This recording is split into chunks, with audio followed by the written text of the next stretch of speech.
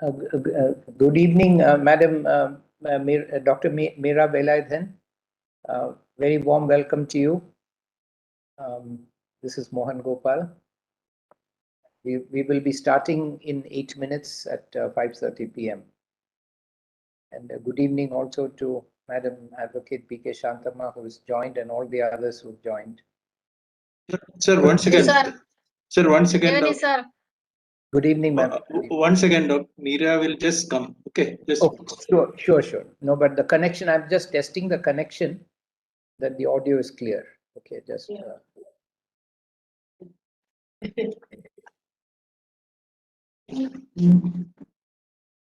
Hello. Right. Good evening, ma'am. We have 7 more minutes, ma'am. We have 7 more minutes. I'm just making sure the connection is okay. Good evening, ma'am. Okay. Very nice. Yeah. Great to meet you. We are very honored to have you, ma'am. No, I'm very happy to be part of the group discussion. So we'll at sharp 5:30. We will begin, and then after a very short introduction from me, then we will hand over to Dinu for moderation. And Okay. If Dinu allocates some time to me, then I will speak at the end very briefly also. If not, I think you should. Thank you, ma'am. But today is the day to listen to you, ma'am, and to all the other speakers. I prepared the most comprehensive so far. Yes, wonderful, ma'am. Wonderful. That I've done so far. The article you shared was very profound and very moving and very insightful. Thank you, ma'am. Very Yes. Wonderful, wonderful. That I was trying to actually methodology also how intergenerational. Yes. Experiences. But there's a flow. There's a beautiful flow. There's a beautiful flow. Yeah. So it was an experiment. Yes. But you've written it in a way as if it's also a biography of the times. Yes, that way. And you and how the world was changing and moving through your eyes and through your actions. I was looking at some of this black studies, critical theory studies of their oral histories. Yes. Very important. Those sort of gave some ideas also. Extremely. Some comparative, we don't have much. Exactly. So, Ma'am, we are also now live streaming on YouTube, ma'am. It's already, I've just put it live. It's on live streaming on YouTube because YouTube is very accessible. You don't need any many people, membership or anything like that. So we live stream on YouTube. Plus, those who wish to join on the platform after the link and all that, they can do that. But many choose usually to watch on YouTube because it's much simpler. I'm also happy because with Rekha and Mridula Devi, we haven't for some time since the Sabrimala issue been on the same platform. Yes. Last we were, on a platform like that during that struggle. Yes, ma'am. So we haven't since then been on the same platform. So I was happy that they are there and also you are there. That's wonderful, ma'am. I'm also looking forward to hearing all of them. And of course, yourself as a keynote speaker. Yes. So in about 4 minutes, we'll begin formally, ma'am. But meanwhile, we are already live on YouTube. On YouTube. So I'll just take 1 minute and then come back to you. Okay.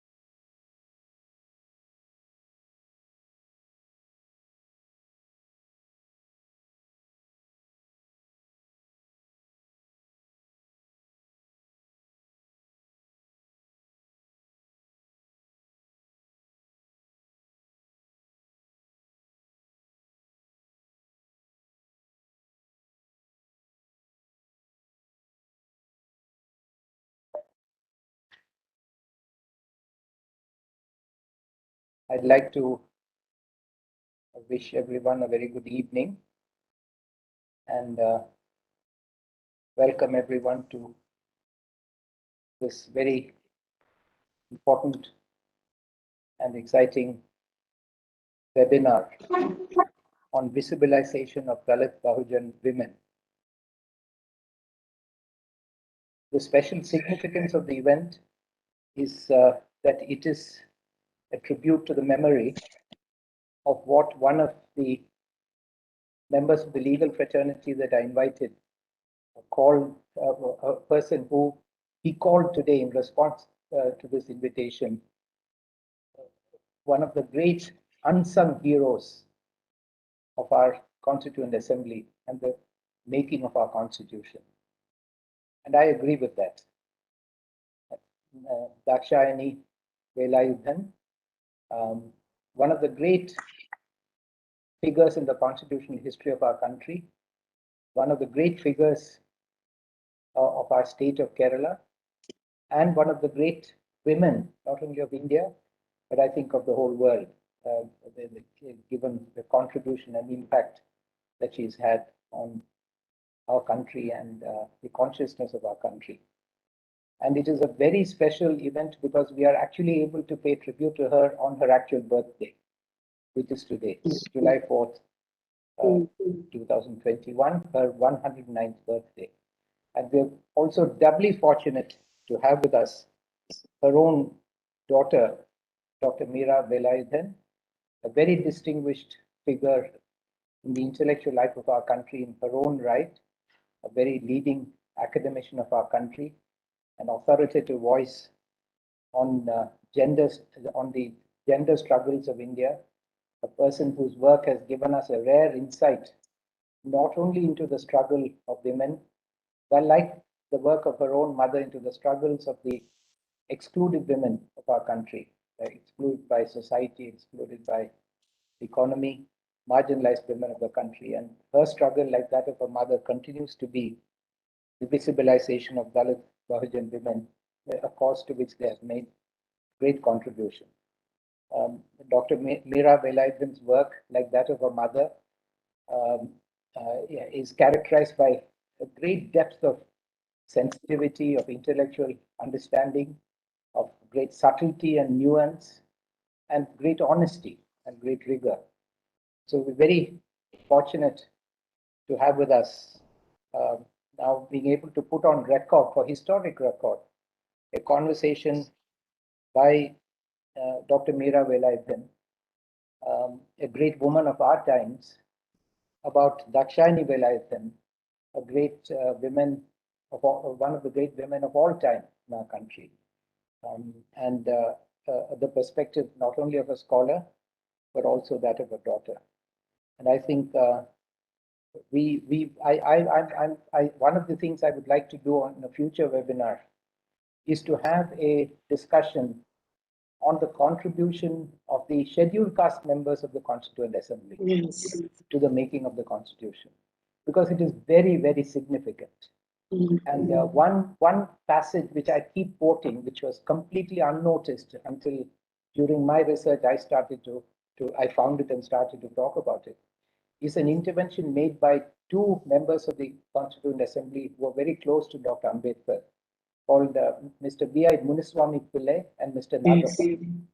And on 27th August 1947, 12 days after independence, Mr. Veyil said to the whole House on the record, it's in the transcripts of the Constituent Assembly, he said, "Sir, there is fear in the minds of many of my friends, particularly the scheduled castes, that Hindu Raj has come, that the Hindus have come into power, that the Hindu Raj is being established, and the Varnashrama will be once again established to harass the Harijans." And Mr.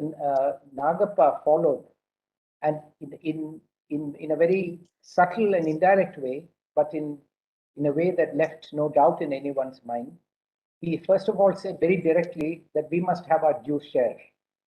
I may be illiterate, I may be dumb, but we must have our due share. Our due share cannot be denied to us. He said, if this is not possible, he said little more indirectly, he said, we are the aboriginals of this country. No one has greater right to ask for a partition of our own country than we, the aboriginals. And he effectively said, you give us our due share or partition this country because we do not want to continue to be subjugated. So the powerful interventions of Dakshayani Velayudhan, as well as several members of the Dalit community, are one of what I consider, and I won't get into that and get diverted, one of the 5 major influences on the making of the Constitution of India is the contribution of the scheduled caste members and scheduled tribe members, scheduled caste and scheduled tribe members of the Constituent Assembly, to whom we owe, if not all, much of the liberal progressive content of the Constitution. To their struggles, it came from them. So we will, I think we recognize Dakshayani Velayudhan as the leader of this group, of the group of not only scheduled castes and scheduled tribes, but of women and of all marginalized sections in the Constituent Assembly.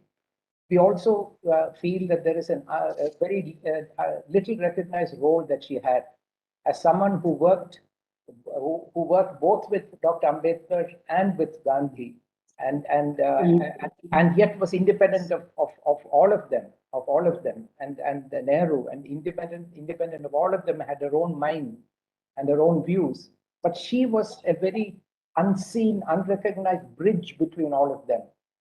And it is my belief, although I don't have evidence to show that, but it is my belief that without this bridge, the Constitution may not have ended up where it did, with a lot of ground being yielded to the progressive ideas that it did against the grain of the Constitution. One of the big questions I've had is that the Constituent Assembly, heavily dominated by male, upper caste, landed, rich men, how did we manage to squeeze these revolutionary elements into this Constitution, including reservation and one person, one vote?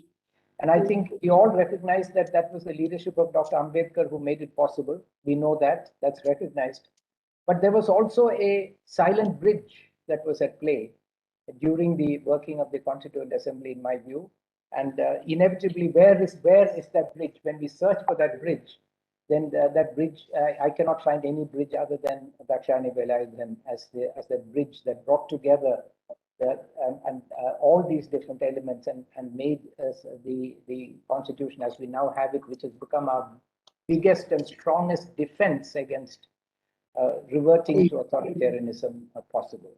So it is with a great deal of gratitude to her and to the entire group of scheduled caste and scheduled tribe members of the Constituent Assembly to whom we owe the liberal progressive content of the Constitution, that we in the Article 16, focusing on the struggle against caste, are delighted to be able to honor the memory of Dakshayani Velayudhan, and to have the great honor of having Dr. Meera Velayudhan deliver the keynote address on the topic that is most fitting, visibilization of Dalit-Bahujan women. So with these few words, ma'am, I'd like to request Dinu Veyil, who is a member of our Article 16 focus group, to kindly take over as the moderator and conduct these proceedings. And if there is some time at the end, I may offer some thoughts at the end, but here I'm here mainly to learn and listen from you and all the other speakers. Dinu, are you on? May I hand over to you? Yes, sir. Yes. Thank you, Dinu.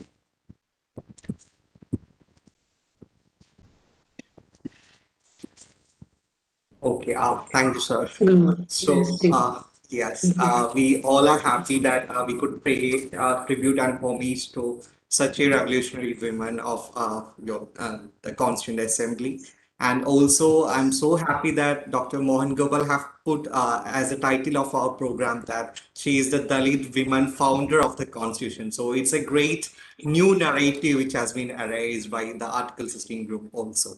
So I was also referring to a few of the Constituent Assembly debates, and interestingly, I was finding out that once she was having an encounter recording between Mr. Churchill. So Madam Dakshayani was saying that Mr. Churchill is going to improve, saying that they are going to improve the conditions of the Harijans. But what we want is a removal, immediate removal of our social disabilities. And she rightly pointed out that our freedom cannot be obtained from the British government only. And she rightly quoted that our freedom can be obtained only from Indians and not from the British government. So it's such a revolutionary statement that she had rightly pointed out that freedom within India is as important to the untouchable community of the India and the marginalized communities of India. And interestingly, the freedom from the forced labor was also an important contribution of her in the Constituent Assembly and regarding the Articles 17 regarding the Untouchability Act. And one more interesting statement which I read yesterday is that of her, she told that the political parties are promising pieces of lands in order to make us as a vote bank. And how visionary is that statement? That's also great of her. So now I would like, before going to the panel discussion, I would like to invite Dr. Meera Velayudhan is here with us. So she is a figure who has been engaged from the emergence of the women's studies or the gender studies from the 1980s onwards. And her doctoral research is linked with gender, caste, social reform, nationalism, and the popular movements in Kerala. And she has been also working on a global level, visibilizing the marginalized women also in the UN Advisory Discourse on Gender as Reuters in USA, and a great political analyst of our time. So with all the due respect, I request Dr. Meera Velayudhan to pay tribute to Dakshayani ma'am and to shower us with the inspiring contributions of Dakshayani. Over to Meera. Thank you so much. When I got the invite, just the word Article 16 itself excited me, first of all. And because that's the whole, most of the conversations that we are conducting now, whether it's in gender studies or Dalit narratives or Dalit movement or Dalit women's movement, all these we are just, this is the kind of a frame of discussions, So I was really happy. The other thing was also like today being 4th, I didn't want it to be just a family affair, just commemorating in the family only. So I was really glad that we were having this webinar, and also I'd like to thank Dr. Mohan Gopal. I wanted to meet you, and so we had just small conversations, but this is just the beginning. And I'd like to be, of course, part of your forum. And in this, what I'm doing is that I've prepared the most comprehensive so far, whatever information that I have and data to put together my mother's life and works in the context of the theme that we are discussing today, as well as the framework of the Constitution. So I'll just put on this, I'll start off with the PowerPoint. Share. Open this.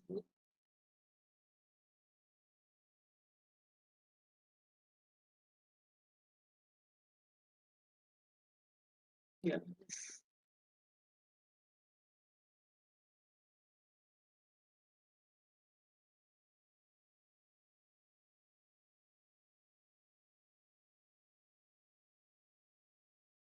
Yes, ma'am. Is Yes, it okay?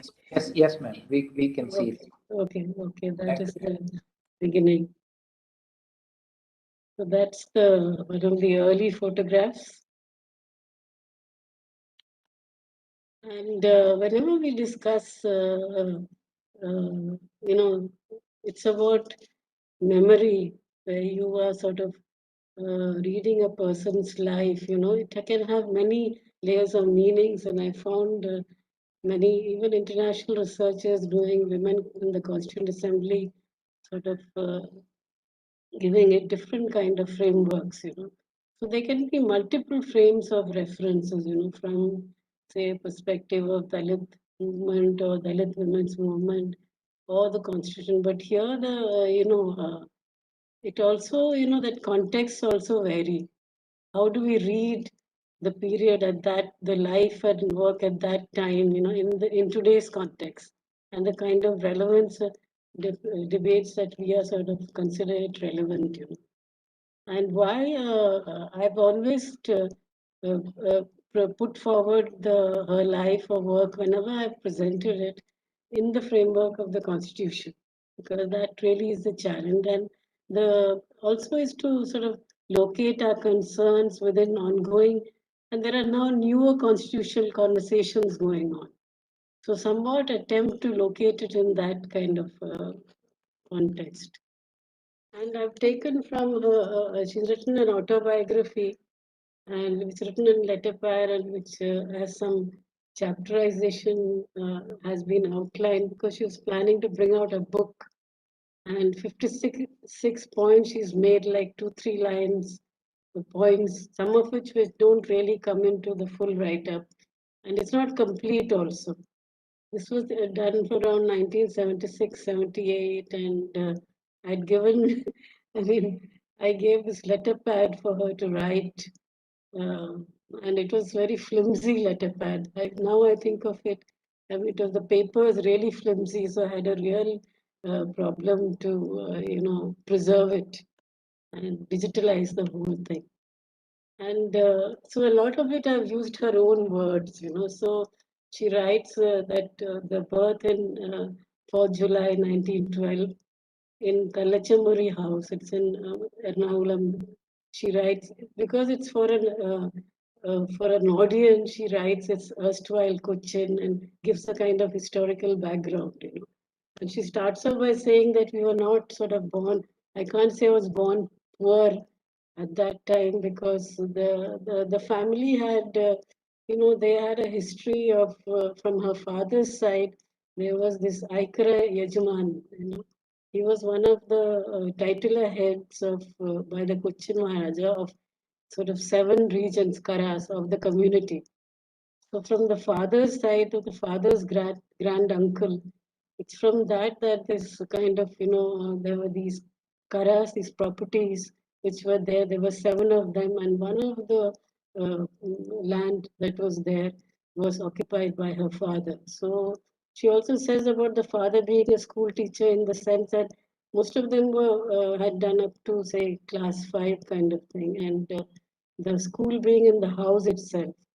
Otherwise, they basically, the male members were mostly, they were really experts in this granite work, in building and granite work, So, which is why when Cochin was developing that, the contract work there was a lot of work given to the male members, because they specialized in this granite and stone in building various developmental activities. And she also describes the kind of house that was there, thatched one with wood and stones and carvings and other granary. But this is only for a very short time, because the family, it gets mortgaged very soon. I think by the time she was 3 or 4, it is already got mortgaged. And then she calls it there was she calls it matriarchal. It's matrilineal, but she called it matriarchal in the sense that from her father's father's maternal side is this property sort of came to her father, and therefore the one of the compounds that and they sort of saying that how there was a certain status given to Aikara Yajman at that time, and so therefore, that's why she said that they were, when she was born, she says, I can't say that I was born poor, but it all got mortgaged later and very soon. And the father's side, the father was actually also Kalari, I think Kalari very much, that this Kalari within the Dalit communities, those Kalaripura, that is something that comes out in her narrative, and how he used to use it against various opponents. He was quite a strapping, well-built father, and about caste abuse, mortgage, when the police came. So he sort of uses his colory, and there are some examples. There's not time to give here of these fights sort of going right up to the seaside and into the opponent sort of getting pushed into the sea. So there are those kind of thing. And then she also writes that how there are two sisters, her elder sister and herself, how the father liked the daughters because they lost two girls during and the rest were all sons. So she says, I mean, she has an awareness of daughters. And the mother also worked in the, not only in the fields, but also dried fish. I think which is also quite this thing of Bolgati, because the fishing community, that Dalit Pulaya community is involved in fishing, you know. I think that's a dimension we get from her narrative, because she also used to uh, dry fish and then sell it off in the local fairs. And she remembers when she was, that's her first memories when she was 3, and how she bit her father's hand to go along with her mother to this fair. Because the mother was pregnant with the younger brother. So they were not allowing her to go, and she remembers that she then that and about the she writes quite a bit about her mother's courage and in dealing with mortgage and the police or thieves. I think she sort of gives quite a lot of then she talks, there's a whole lot of which I've not given here. There's quite a lot she's written on the social customs over there. And they're quite following quite a lot of the matrilineal, how she herself was born when a separate hut was there in which, for 10 days giving birth, and how the coconut leaf stem was sort of, they make a sound with it when the child is born, and that's how. Then all about the puberty rights and ear piercing and bride price. And she says that her elder brother, she recalls her elder brother uh, having to wait to get money because there was no bride price to be paid, money to pay. And this way I've already said that the harbor getting built and the male members earning over there through that. And that was the main sort of income. And her mother used to work in the fields, in the agricultural fields, labor. And this actually takes place, the Pulaya Mahajana Sabha, actually, which she writes about, is she is only about a year old that time. So most of the narrative that she gives is what her mother has told her. And her father dies also very early when she was about 3 or 4. So the most of the history that she gives is from what her mother has told her in detail. And the Pulaya Mahajana Sabha, it's also, there are two interesting actually incidents involved with it. One is this that it was also the period when Ayangali was busy organizing in various regions where Dalits were being organized. And from what I've heard, that he also visited Bolgati, Mulawad also. And Pandit Karpan was actually the leader of the forming this, but it is a broad base. If you see the names, there's that Krishna Menon, there's Pandit Karpan, then of course two of my brothers of, and then Krishnedi, which was my uh, grandfather's brother, Krishnedi. And he's actually was equally significant member at that time. But so they also the brothers and this that time mostly social activities. It wasn't so much of a political thing. It was more of a social activity, like cutting the hair and wearing shirts. And they used to compose. The family always had a kind of cultural history to it, because they composed poems, songs, and conducted plays and so on, and that sort of still runs in the family.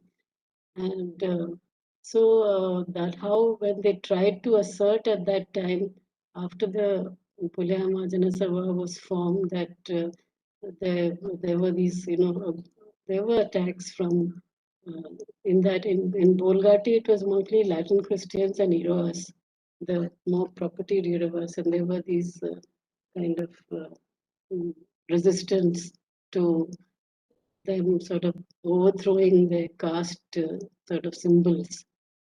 And but one thing that happens, and I think which I'd like to say here, is I think Krishnedi, who becomes John, there's a conversion, and the two elder brothers and the sister convert. And my mother and a younger brother, Madhavan, they were not converted because they were getting these education in the school. So therefore, they were not converted. So half the family converted, and the rest. I mean, today it's like that. Part is Christian and part is Hindu. But I mean, everyone gets together in either church weddings or temple marriages.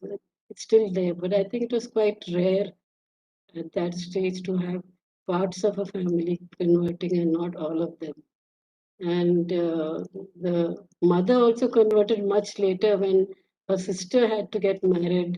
And so the family, the boy's family said, how is it that you're sort of, what is this half Christian, half Hindu? So she also converted. And the Christianity, the conversion, very interesting thing that she tells is that Krishnedi actually had discussions with Sri Narayana Guru before the conversion in Trishur. There were some discussions and about the community, the sort of caste atrocities the community was facing, but then the conversion to Christianity took place. So I think there was some kind of intellectual kind of thinking of, like which direction to take. And what she says is that once a conversion took place, there were much more options of mobility particularly for the men and the women also, from walking on the road and drawing water and so on. And also she talks about the church. There's a church of St. John there, which is actually mostly only Pulayas go to that church. And it was actually, it's built, it's a beautiful church that was built. Actually, the land is our ancestral home, the Kalachamuri house, and it's right on the seaside. The sea itself is there, and all the family members are buried there. The burial ground is there. Also, the church now there has only about at the most about 35 members, mostly related families of Pulaya Christians. But it's still, it's now comes under the Church of South India. And that history, I was trying to get the history of the land records of that period, that because it belonged to Krishnedi, who became John. And that's why it is called St. John's Church. But the ownership at some stage, because of mortgage, went to the Church of South India. So therefore, there was this one side of the family was very sort of cut up to see that the documents have changed, and the original church, which was actually Krishnedi's, had contributed to setting it up. I mean, that name is no longer mentioned or signified. It's more the Church of South India that is known. So therefore, I think these are sort of histories that one needs to sort of bring out of worship, places of worship being their own spaces of worship being set up by the community by daily wages and land being contributed. So that old house no longer, the old church is no longer there. It's just dilapidated. Some bits are there, but the new church is there, and there's a lot of history to it. Also, the schooling, it was very interesting that my mother started pestering her mother to go to school when she was 3 itself. And she says she had a brilliant educational career, and that her mother took her to the school and said she was 5 years old, because actually she was 3 and her height was also very small. And how they kept her in the same class for 2 years, and she would sleep and sometimes she'd wake up and then answer questions, which means she was following also what is happening, you know. So she was bright. And then she talks about the midday meal. There's a competition among boys and girls. Who sort of solves a maths question can go first for the midday meal, and how they try to compete with the boys uh, for that. And then also, I think the thing about she says is that why it was difficult, because she had to walk long distances. Once it sort of shifted to Ernakulam, they have to go by boat, and then it will take about 4 hours per day going and coming. And how also sometimes she was punished for arriving late, because by the time the boat reaches, then you have to walk. So it's quite just getting that education itself, though the avenue was open, there was a lot of effort in sort of leaving and then walking and also studying at the same time. So, but she was always very confident of. She always says that she writes also that I would have done better if I didn't have to travel 4 hours per day. And also, a very interesting thing is how the stipend that she and her brother got up to class 5 onwards, and then when going to college, that they used to sort of redeem the one part of the mortgage. So she sets up she and her brother set up their own unit family, where her mother stops going for daily wages, and they don't depend on the elder brother. So own family unit with mother and younger brother. So I think it's also how the family units get formed, the social mobility, and through the stipend and scholarship and chit fund that she talks about, that they manage to redeem and form a family unit. And I think these are interesting sort of struggles and histories of mobility, and how in that context, how you study also. And the entrance to college is very interesting, and my elder brother has written about it. In fact, the whole island was very happy, and she was sort of everyone. She left to attend Maharaja's college. They were all outside the house clapping, and then she entered the college. But there was a media presence there, because the first one from the community. But they didn't notice her going, because they sort of had some idea of what she might look like, and probably she didn't look like what they thought was a stereotype. A woman going in. So later on, they found her in the chemistry lab, and she was the only science woman. That's also a first, also a science woman from the community, and in her class, the only girl in BSc science. And she also said that generally she was accepted, but there was a teacher uh, who showed the experiments in the lab, and she had to she had to learn from a distance. But she said that she overcame it and graduated with a high second class in 1935.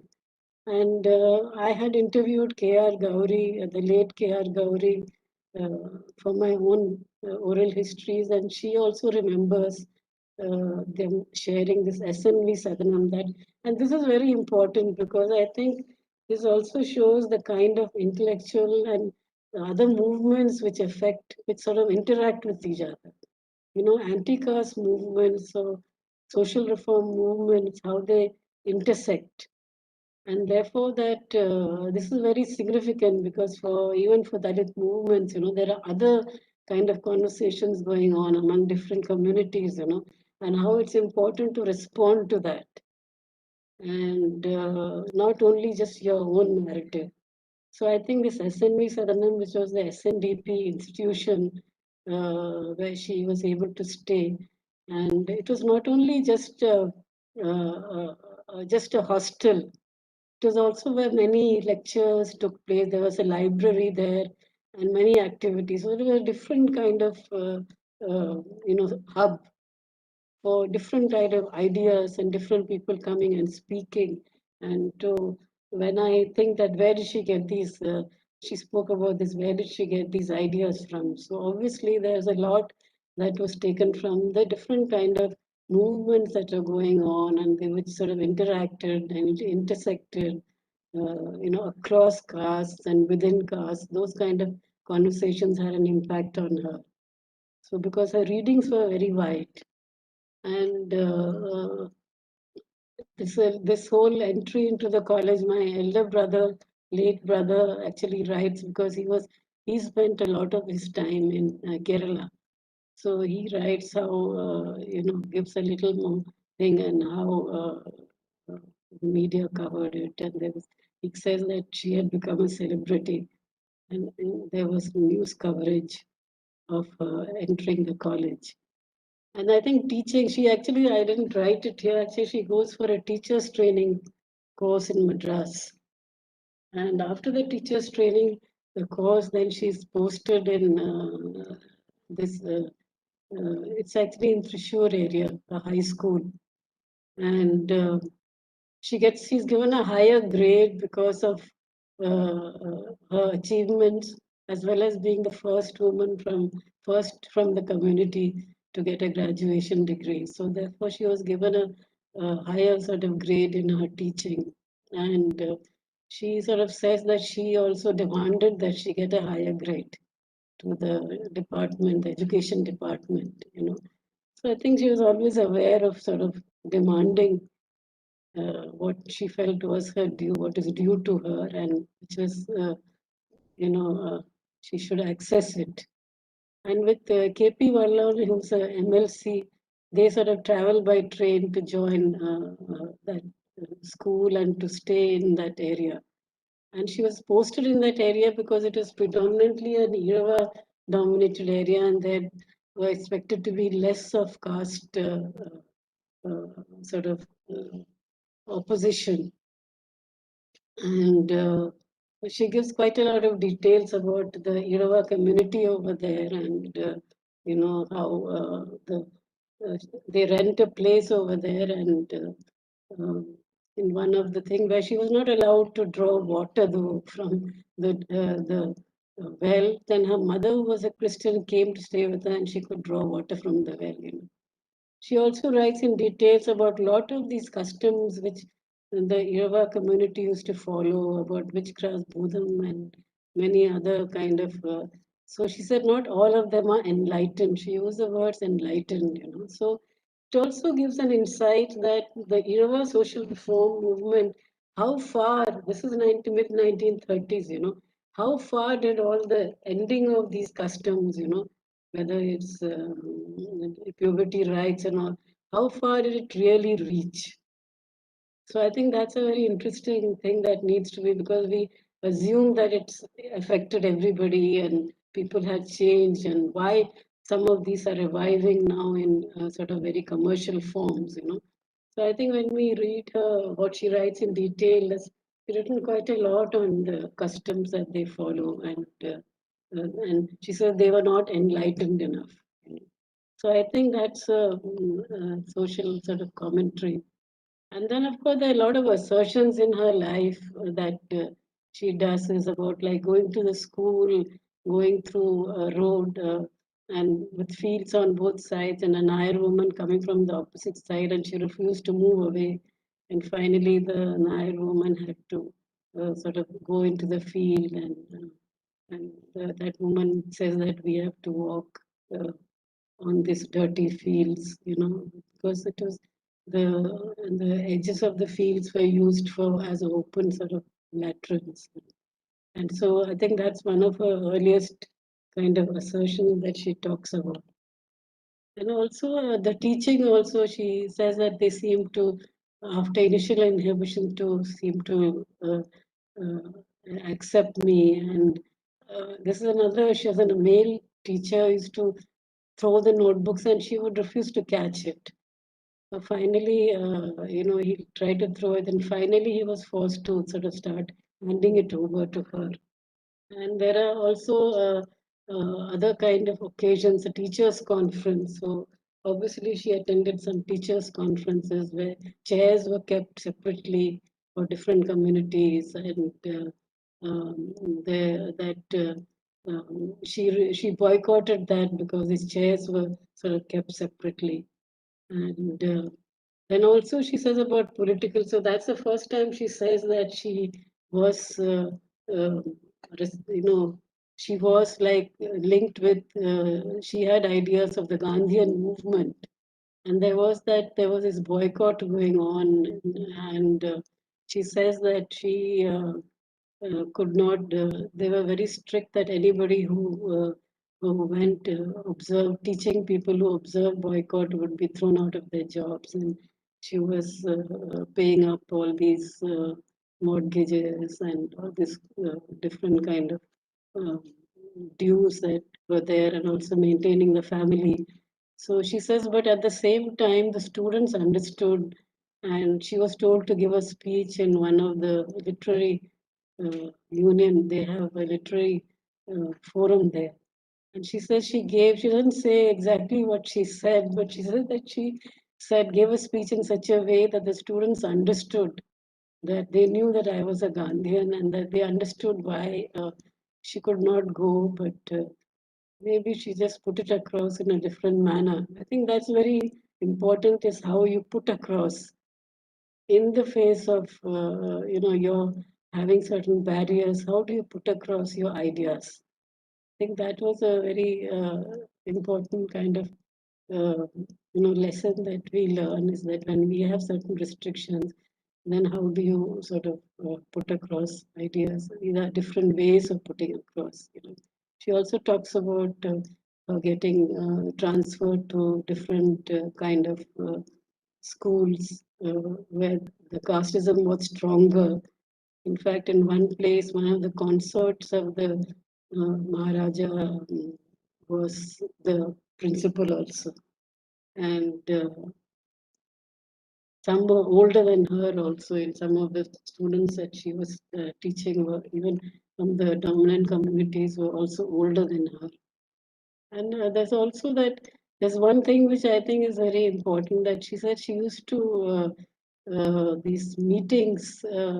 She didn't have so much of time for meetings except when was invited by the communities. And she talks about Parur and Palghat, and which she recalls, but she says that she always had a kind of fear of failure sometimes, and there used to be a fainting which took place. She gives two incidents. One when she was, I think, just before her SSLC, that one of the exams, algebra exam, and she just couldn't solve the sum, and she sort of fell down fainting. Then she repeated that exam and got over 90%. And so, but she also says that this before addressing a meeting, also she used to have this kind of, whether she would do well, or whether, this fear of failure. I think this is very much there among all our communities. This kind of thing that you have to perform. And how do you do well? If you have confidence, do well, and then you are always being, being gauged. And but she said that when she went to the Cochin Legislative Council and Constituent Assembly, there was no such fear of any such thing took place. So I think it's also for me, for me also, that I'm just the opposite. I was very, because of her, I was very relaxed exam time. And in fact, find it difficult to sit up and study also late. And my mother would put some tea or something, but I'd just fall asleep, and then in the morning just fine. So I think that confidence which I got from her is there. So I didn't have this fear of failure or whether I'll perform well or not. And I think that came from her sort of giving confidence and sometimes sort of, you know, patting me on my shoulder and the back and saying, sit up straight, walk straight. So I think those those are important kind of that you learn from a person, interacting from a person as well as from their lives, you know, that you need to stand straight. And she had this kind of this bone behind the neck. There was a bit, she said, because they used to walk with the face down, that bone was a little, bent. And therefore, she used to always ping me on my back and the neck, and when I was reading, to say, sit up, you know, and sit straight. So I think that these are sort of saying that you be bold and don't bend. So I think these are important sort of experiences. And also the marriage, of course, is very interesting because the Indian National Congress was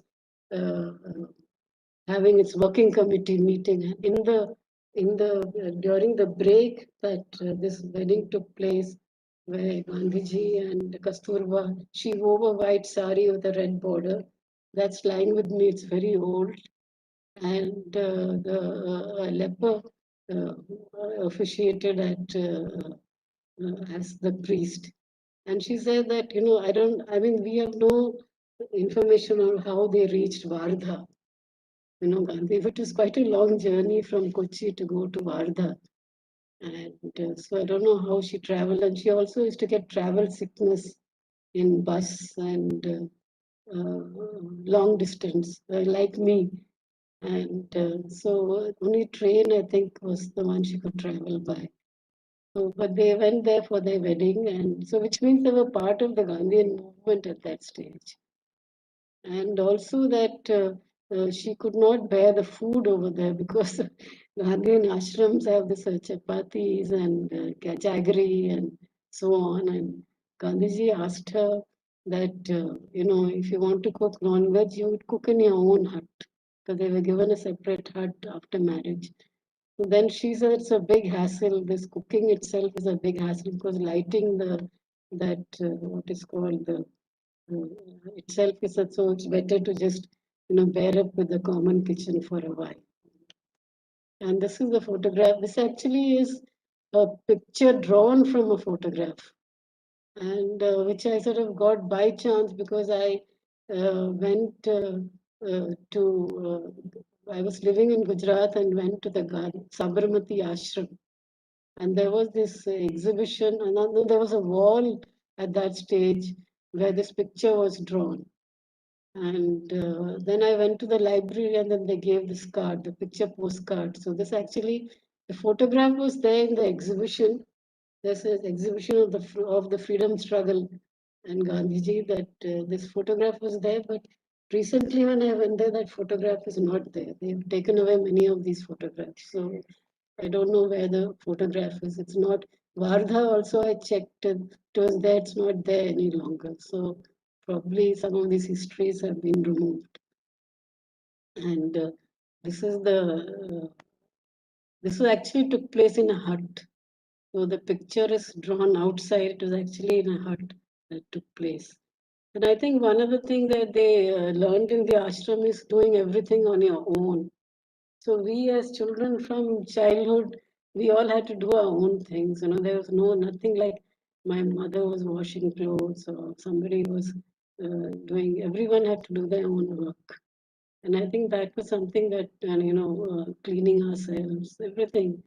And a lot of course, my eldest brother did a lot of the work for me, also being the only girl, and also for the younger brothers. He did a lot of the work, but most of it we had to do ourselves. I think this self-reliance and able to do your own, not depend, is very much that was carried forward and from that tradition. And also it's very interesting that very soon after the marriage only that this Cochin Legislative Council, which she terms it, this is how I entered politics. So she has a different definition that she's entering formal politics, when she enters the Cochin Legislative Council. And it's very interesting. She said that she went to the education department and said that I want to contest. No, I want to put in my papers for nomination because 3 seats are there for from the communities, untouchable communities, and the officer there says that no, but you have to give up your work. So it's only after marriage that she, when they both have he has an income also, that she was able to join the Cochin Legislative Council.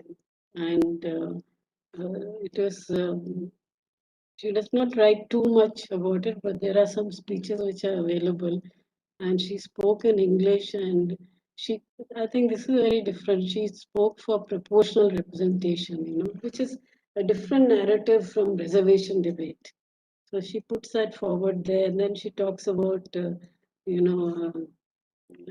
different funds coming to the communities, about reservation in panchayats and municipalities, and called untouchability inhuman. These speeches you can find in the Legislative Council debates and all.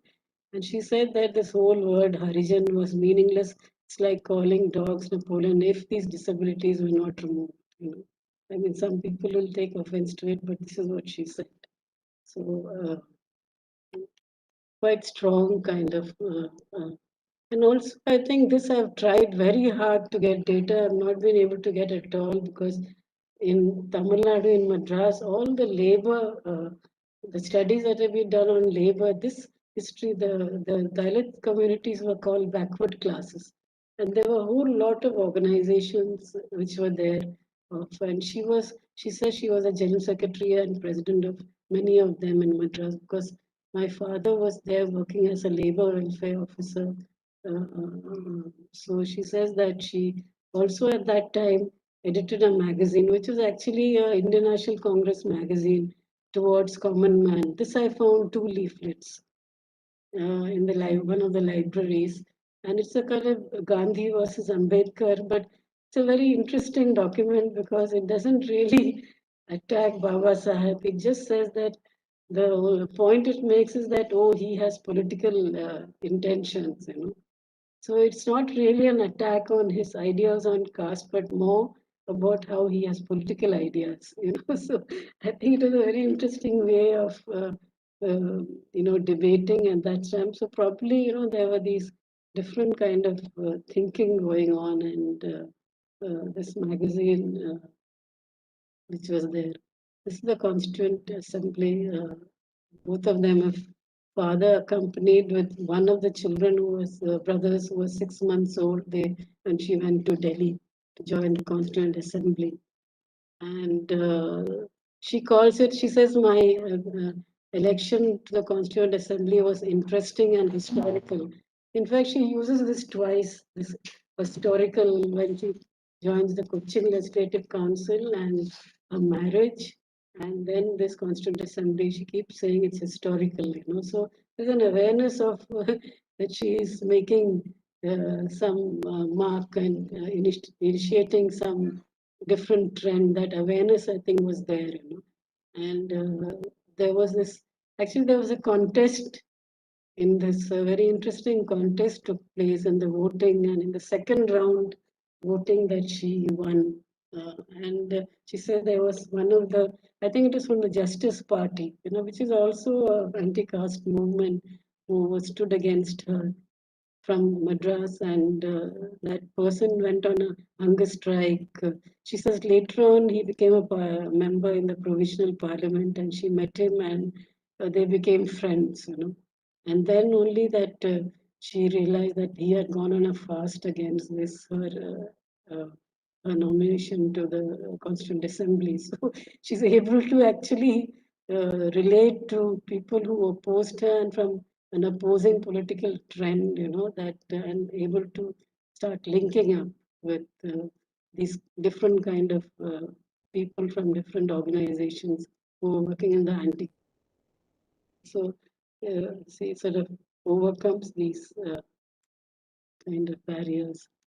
And also these are the women members. This is her here, and the youngest. The others were much older. She was only 34 years old. So, and she was having children who were being born. So therefore, that was also unique in the sense that most of these them were much older. And her friend was this Durgabai Deshmukh here, and Annie Masquerade. These were very close friends of hers. So I think it's very important when you look at the women in the Constituent Assembly, and when you pick up the speeches, it's important to see how they all came. These women came from very different kind of regions and political movements, and also institution building that went on, whether it's Durgabai Deshmukh or Annie or Ammu Swaminathan, that's Ammu Swaminathan, and so therefore, how Sucheta Kripalani, who became the Chief Minister of UP later on, and how, I think what Dr. Gopal said in the introduction, how these conversations, because I think, including my mother and others, I think they sort of crossed many bridges because they worked together. They came from so many different political persuasion, but their debates and the kind of speeches that they made, there were a lot of unity in the kind of issues that they were putting forward, whether it's for women's education or property rights or ending bonded labor, these different kind of things. So I think they sort of, it's like they were negotiating citizenship through their ideas. So I think all these women, because many of them worked together, and there was a kind of, and if you read the speeches, there's really no opposition to each other. These women, when they're speaking, if you see the speeches, they don't oppose each other. And it's very interesting, and they all give very distinct speeches. So I think, the ideas of equality and freedoms and opportunities, these sort of come into the principles, the article equality, and these articles, different articles which equality, non-discrimination, these come through these sort of contribution of these women. There were actually 16 of them. Here, all of them are not there in the photograph. There were 16 of them. And so I think that's very important way in negotiating citizenship and when putting ideas which become core principles of the constitution. I think the women, they work together also, and they also had their specific contribution, like my mother spoke on various things. Then I think the very idea that, of course, her first speech was about slavery. And she says that how Nehru came up to her and congratulated her on her speech, and to the anti-slavery speech that she gave. But I think most important, and it's also very key to this Article 16, is this where she says that the Constitution should have a new framework for a new framework for life. And there has to be moral safeguards that give real protection to the underdogs of India. It's not an easy task. We need a new foundation which needs a planner. Planner is Baba Saheb. And what we want is not all kinds of, it is a moral safeguards that give us real protection. What we want is immediate removal of our social disabilities. Our freedom cannot be obtained only from, actually it should be, can be obtained only from Indians and not from British government. So I think that, here also is also, it's also articulating what Baba Sahib Ambedkar said about the, about moralities, constitutional morality. And I think in some way it's a new framework for life, this constitutional morality. This is what sort of makes I think distinguishes the Indian constitution from many of the the social orders of the colonial and pre-colonial. I mean, because you're having a new framework for life and renewing people on a new foundation, where the marginalized are given protection. This is a new kind of morality also. So I think the constitutional morality is very much integral to this kind of thinking that was going on, and it is key to this Article 16 too, and also of freedoms, different kind of freedoms. And also one needs to see it in terms of the intersections, the intersectionality of the different principles of the Constitution. And I think that's very important, because when you see the whole debate on the Constituent Assembly and her speeches, there, you have to see it at the intersection of different elements of different articles. For instance, if there's violence that takes place, you not only see it as, you have to see it in different articles of the Constitution to be able to respond to that legally. And so the intersectional reading of these articles and their interpretation and in the law is very important. I think this sort of comes out when I was sort of reading these speeches. And also about, she calls it a fascistic social structure and an economic revolution you need to enforce labor, and also, compares it with sort of for getting respect and self-respect and dignity. And then the speech on slavery and labor, she says, I mean, there is, this whole, she held her own views, of course, but and also including, I think, which nobody has put there, is that the draft constitution should be put before the people in the first general election to see whether the people agree with the draft constitution. I think that's a very significant kind of remark. It's the Constituent Assembly, and here that's her and Durgabai Deshmukh, Ammu Swaminathan there, that the photograph. And she also, I mean, I haven't given in details, but she also, because she traveled to Delhi, which is cold, and when the Constituent Assembly was formed and the first meeting took place, and she writes quite a bit about managing the children and household expenses, and she also had a child, and that she had to go back to Malawi to have a child. My younger brother was born there in the house. And I was the only one born in Delhi in a hospital. The others were all born in these homes. And she also, during that time, the late President K.R. Narayanan actually was my father's nephew. And she, with her money from earnings from the assembly, she gave him bargain to buy clothes when he went to LSE for his education, as well as some pocket money when he went there.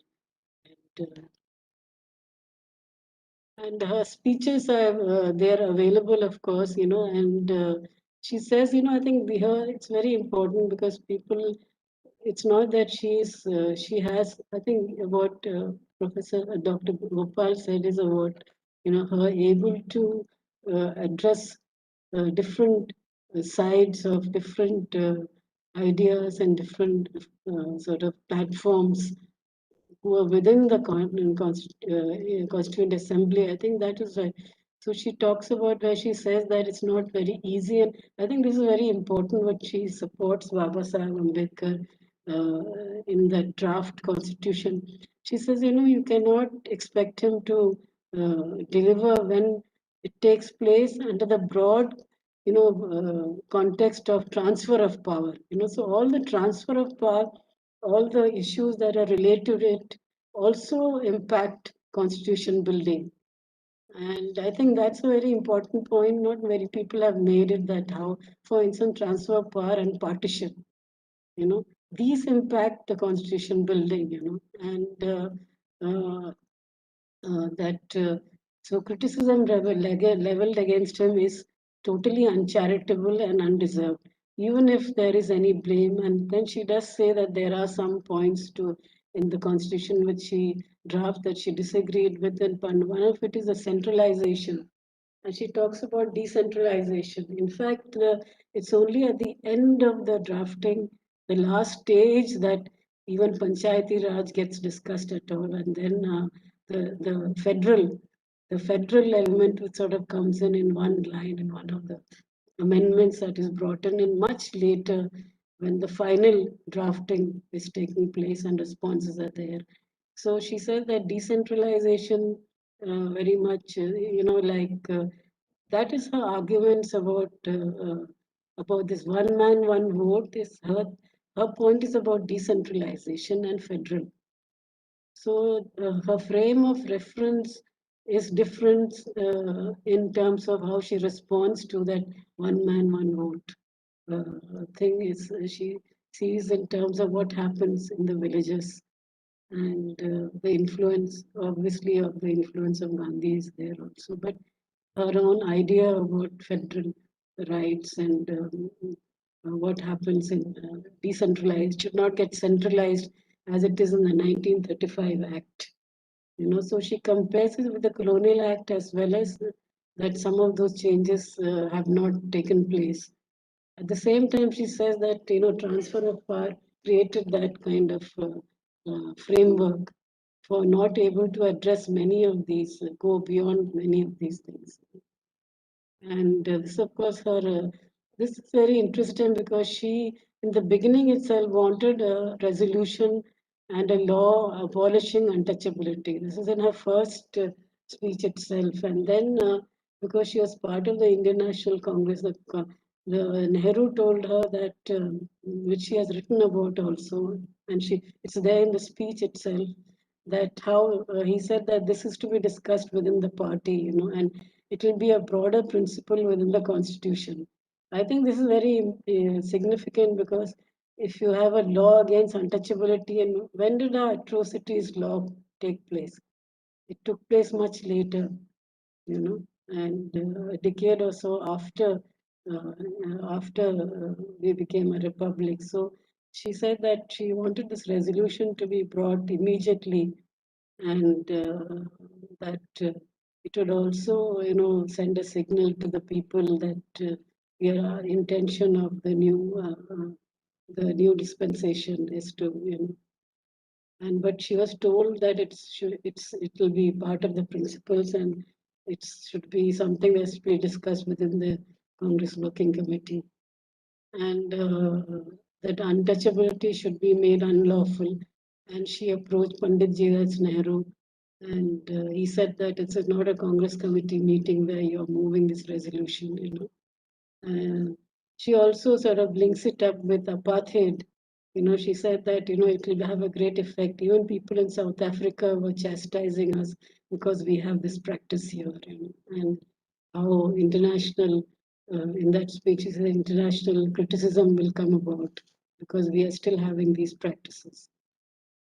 And then the Constituent Assembly becomes a provisional parliament, and where my father comes as a nominated member from the International Congress, and he sort of leaves it in 3 months and joins Lohia Socialists after 3 months. And there's some pressure on her from the Congress Working Committee to make him back, because the reason why he said is that one is, I think, some repression in Kerala that took place. And the other thing is that also that he said that what Nehru said, that why did he say that the Congress is corrupt?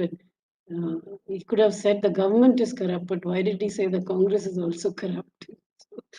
So I think there were some exchanges, and Lohia, there was some kind of oppositional, very few. There was only one Muslim League member who was in the opposition. So actually he went into an opposition which really did not have many members at that stage. So it was kind of a lone office voice at that stage.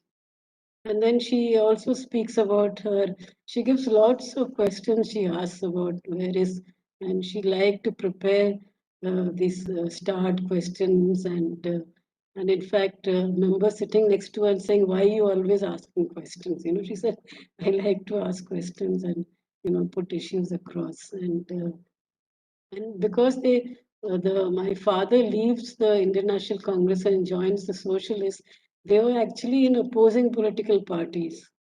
She remained in the Indian National Congress and he was with the Socialists. So actually they were in two sides in the parliament.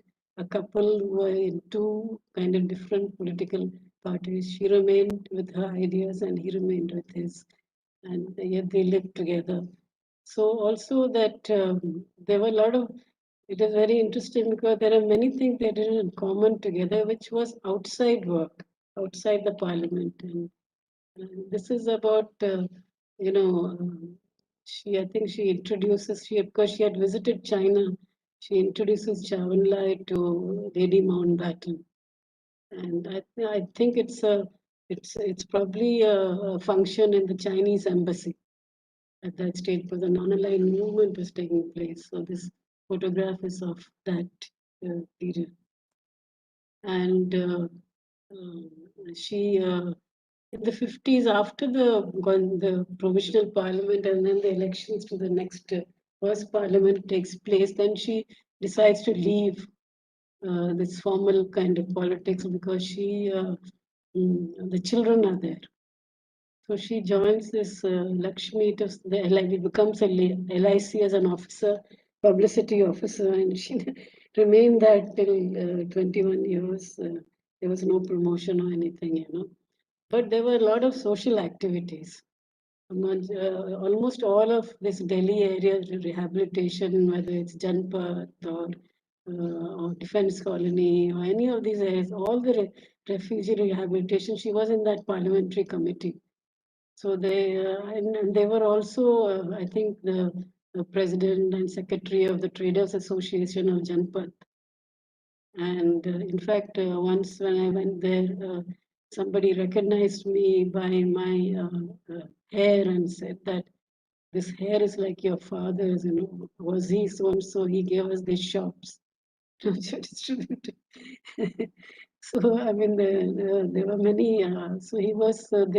They did a lot of work of that post-partition. And there are many stories that, in fact, many Muslim households stayed in the house in the parliamentary when they were in the provisional parliament. In that house, they were in the outhouse. There were several families, Muslim families, because of the post-partition living there, and so we sort of grew up with some of them.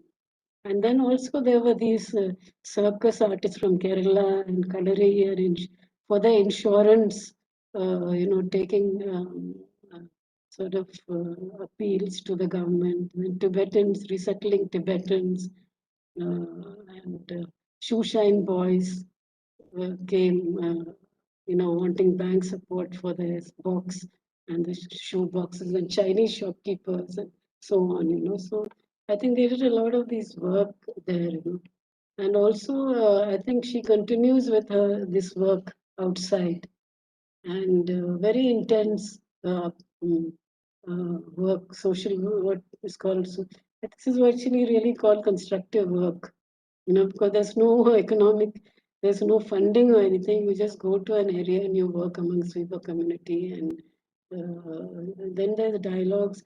I think it's through the Tibetans that there's this dialogue started with Buddhist priests and Buddhist monks coming to the house, and there were constant interaction with the Buddhist, particularly the Tibetan Buddhists, and also some other.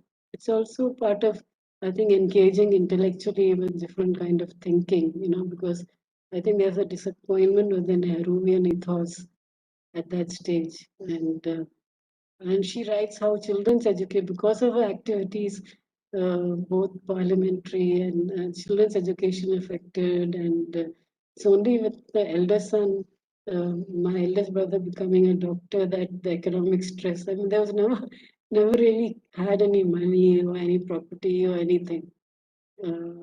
Just these these activities were carried on. Then in the 70s, I think this is quite a pioneering kind of activity. The Ambedkarite women, including wives of the 5 Ambedkarite, Babasaheb Ambedkar sent 5 students abroad, including some engineers to study abroad, and they came back. And some of them, the women from those households, the wives, and they formed a kind of they got together and decided to hold a national kind of meeting of Dalit women in 1978, early 78. And it had also, very these key people in it. This Kaushalya Baisantri, she was actually the secretary of Women's Ambedkar Student Front, and she was settled in Delhi. Then there was Kumud Pavade, who's a well-known Dalit woman writer from Maharashtra, part of the Dalit women's writings.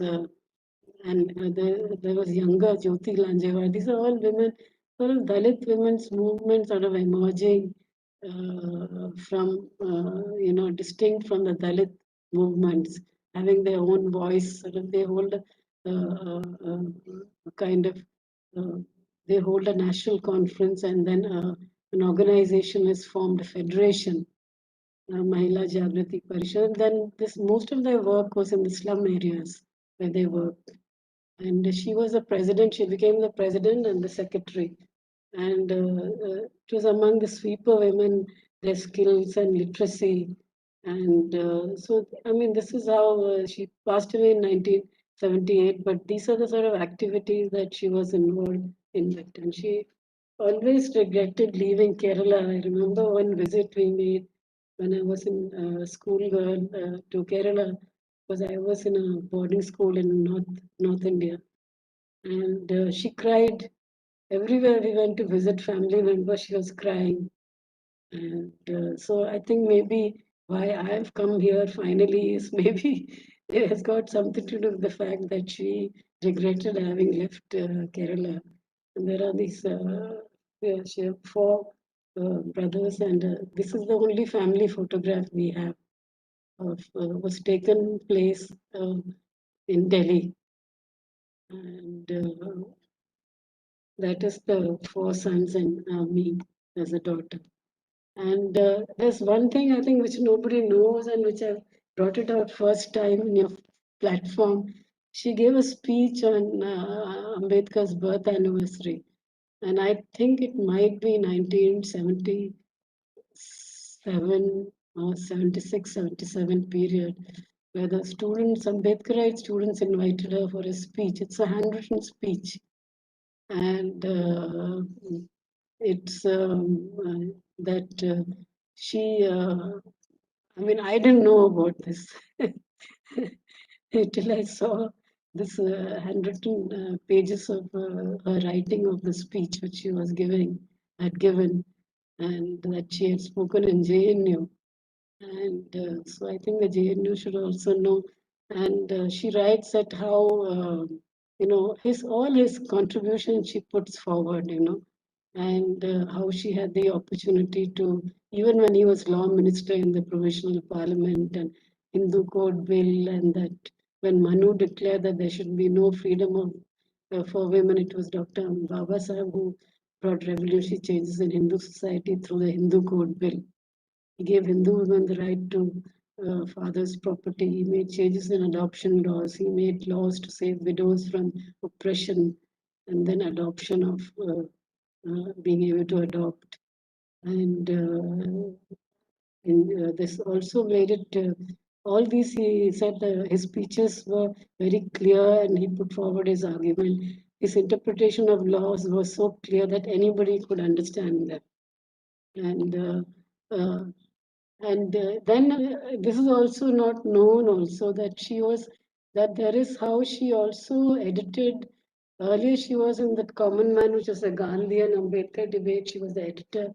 She also became managing editor in Madras of Jai Bhim. And the late Shivraj, I think he was from the Justice Party, and how she was the editor of that, tried very hard to get, but no, I've not been able to get any of the copies of this. Maybe it just came, 1 or 2 issues came out, but nobody seemed to have a copy of that. And in 1945-46, she said, how many of you know that I was managing editor of Jayabhin from Madras, and Sri Shivraj was the editor.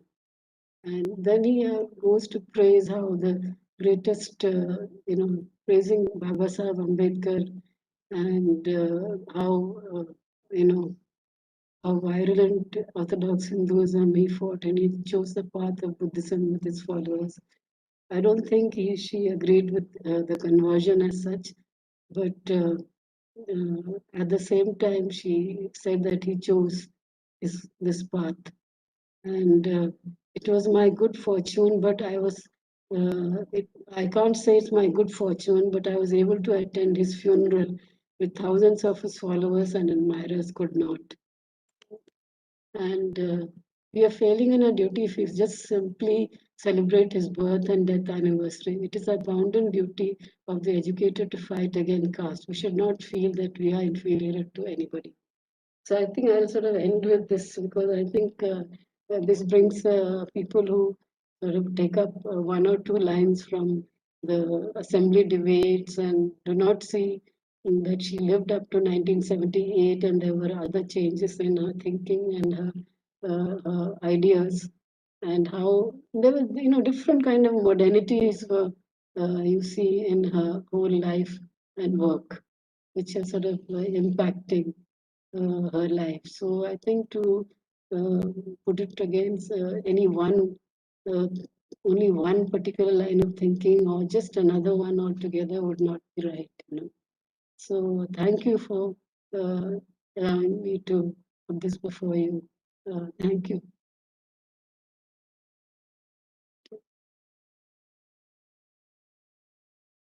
Good to shut this off.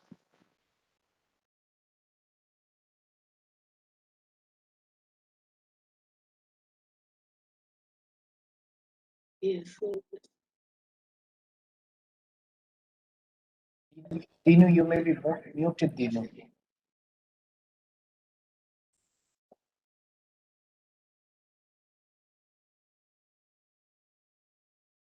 So I broadly covered. Yes.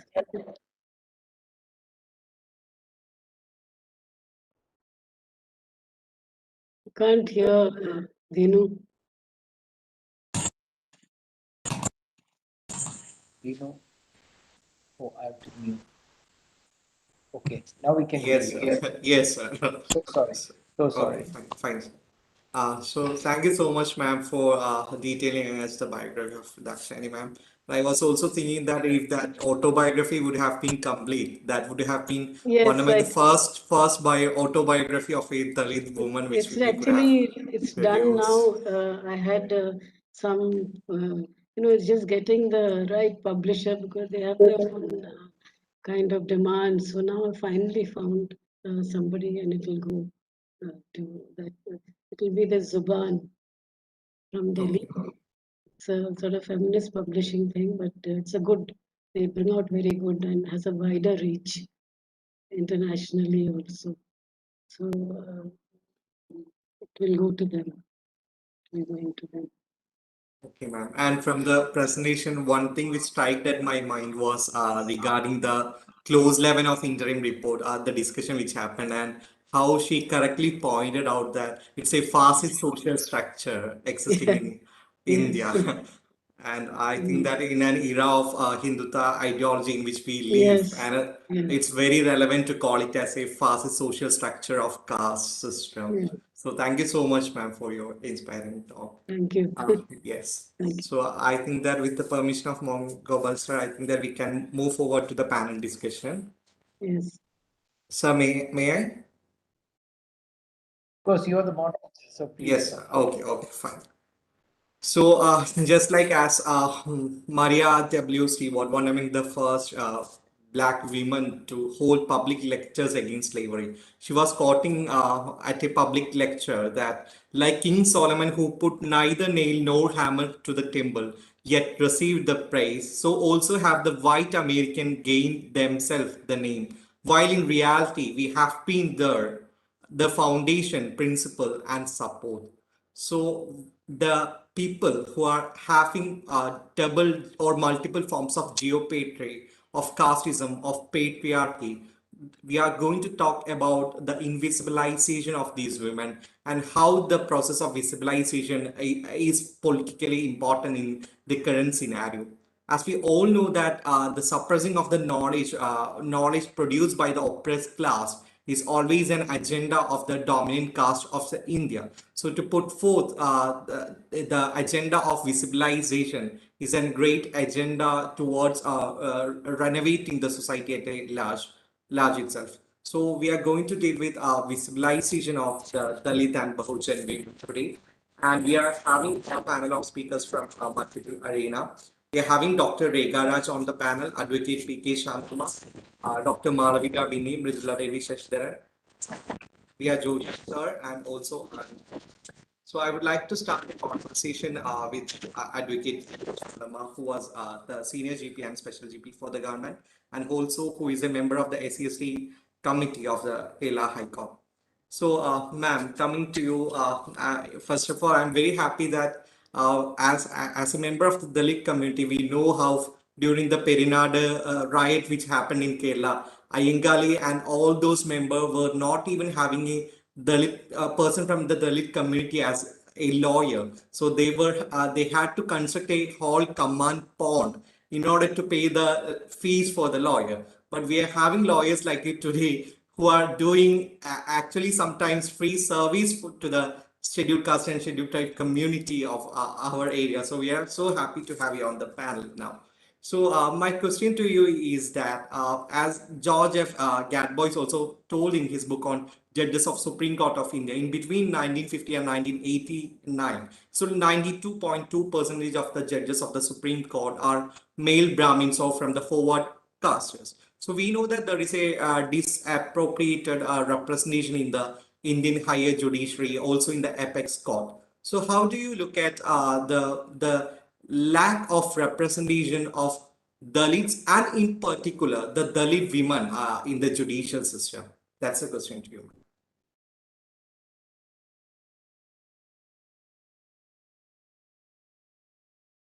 First of all, Dinu, I want to say good evening to Srimati Meera Velayudhan and Sir Mohan Gopal sir and all other speakers. We have heard that is a long struggle, which has been put into by our community. That is the discriminations, the oppressions, sufferings, all that our community had undergone.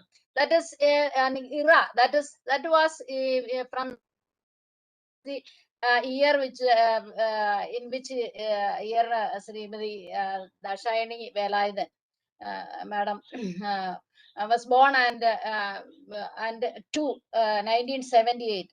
So the one word that is she wished was that in the coming year we can hope that there will not be a community known as untouchable. That is her wish, and whether that has been fulfilled or that her vision has been fulfilled, that is a question. And I think what are the questions Dinu will be asked, I don't know. Anyway, that concept, whether that is there or that is fulfilled, that is what is the present system or scenario about the caste, etc., etc.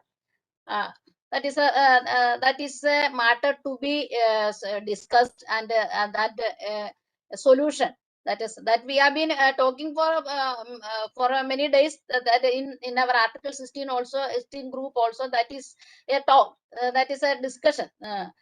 Anyway, I'm not going to that aspect. Anyway, very interesting. That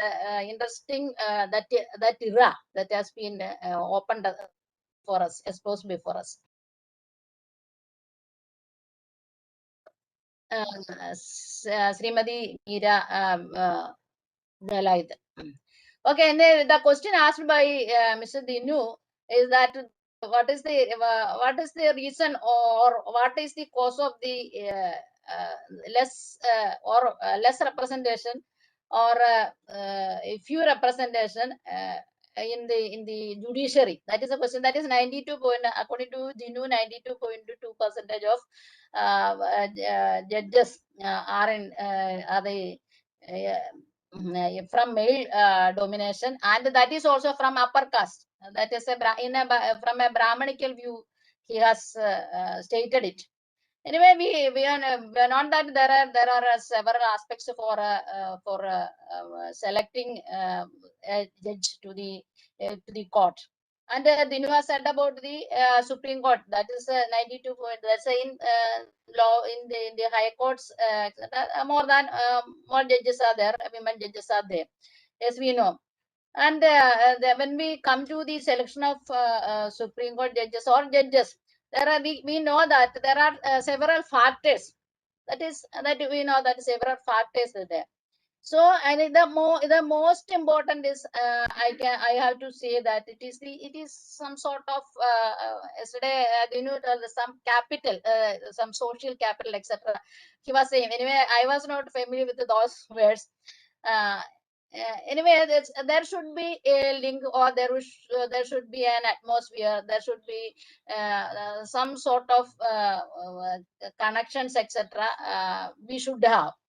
And if we lack that sort of links or connections or that atmosphere, definitely we will fail to whatever be the talents or knowledge we have, that we will be at a time we will be thrown out. That is what we have seen for years. Because I cannot blame anybody, but that we have to if I say that the percentage of women is very less in the judiciary, and that is with regard to all the women. That is, we know the ancestor history of women. So if a woman from the upper caste or Brahmanical caste, if she does not come to the dais or come to the judiciary, what will be the if she is not able to come, what will be the fate of a Dalit woman or a scheduled caste woman or a Bahujan woman? That is the question. So however, that is we must get some support. There must be support from, and there must be encouragement from all sections of the community. But whether we will get our women, whether they will get that inspiration, or whether that we will get that support from the community, that is a question. But so we know that in the history we can see that we are not at all considered as human beings. So by step by education, we are moving little bit forward.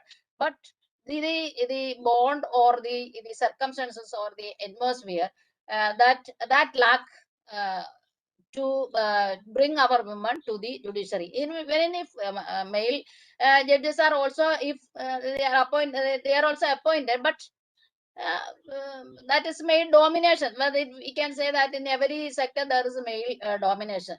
So my point is that even the women from the upper caste fail to be selected to the post, this higher post. Then our problem will be, or our fate is very much less than this the other women. So if however our talents or our knowledge, if exposed, even if we could expose it, that we fail. That is a reason for that is to be found out. The reason is to be found out. That is my answer to that.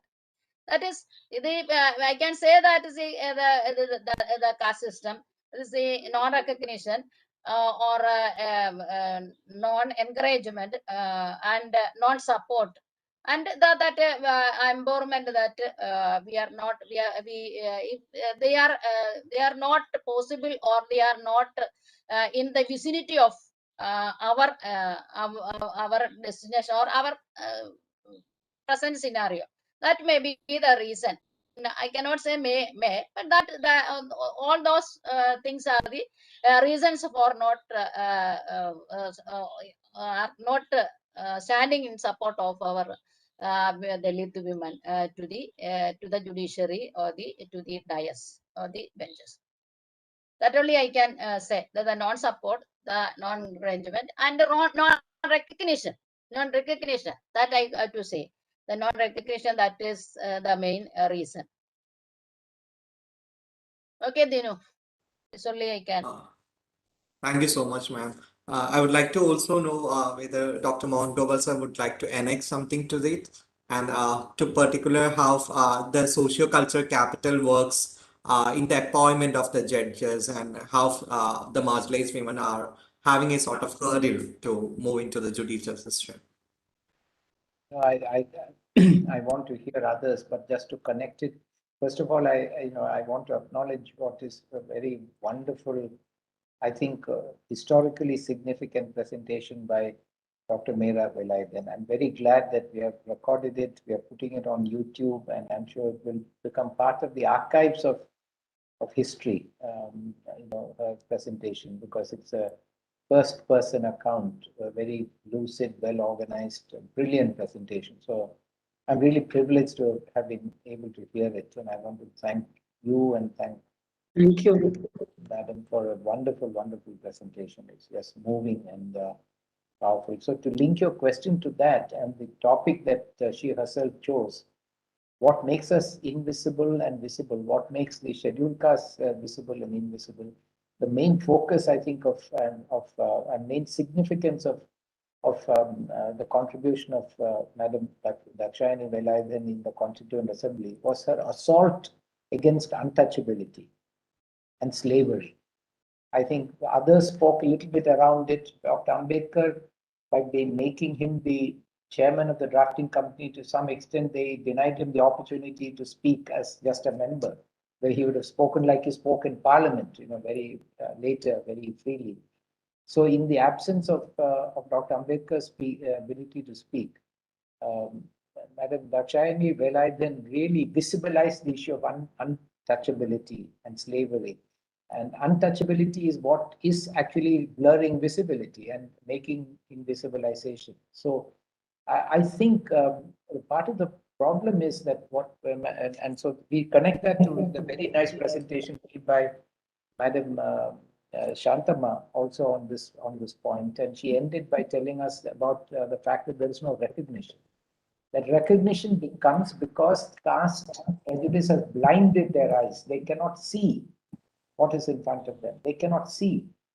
They are so blinded, and the caste is like a cataract. They cannot see the ability. I think that Dakshayani Velayudhan should have emerged as the top leader of the Indian National Congress in Kerala after independence. There was no one else as talented, as capable, and as deserving as her to lead the Indian National Congress, and she should have been Chief Minister of Kerala for many years, and she should have led the state to a very new type of society, instead of the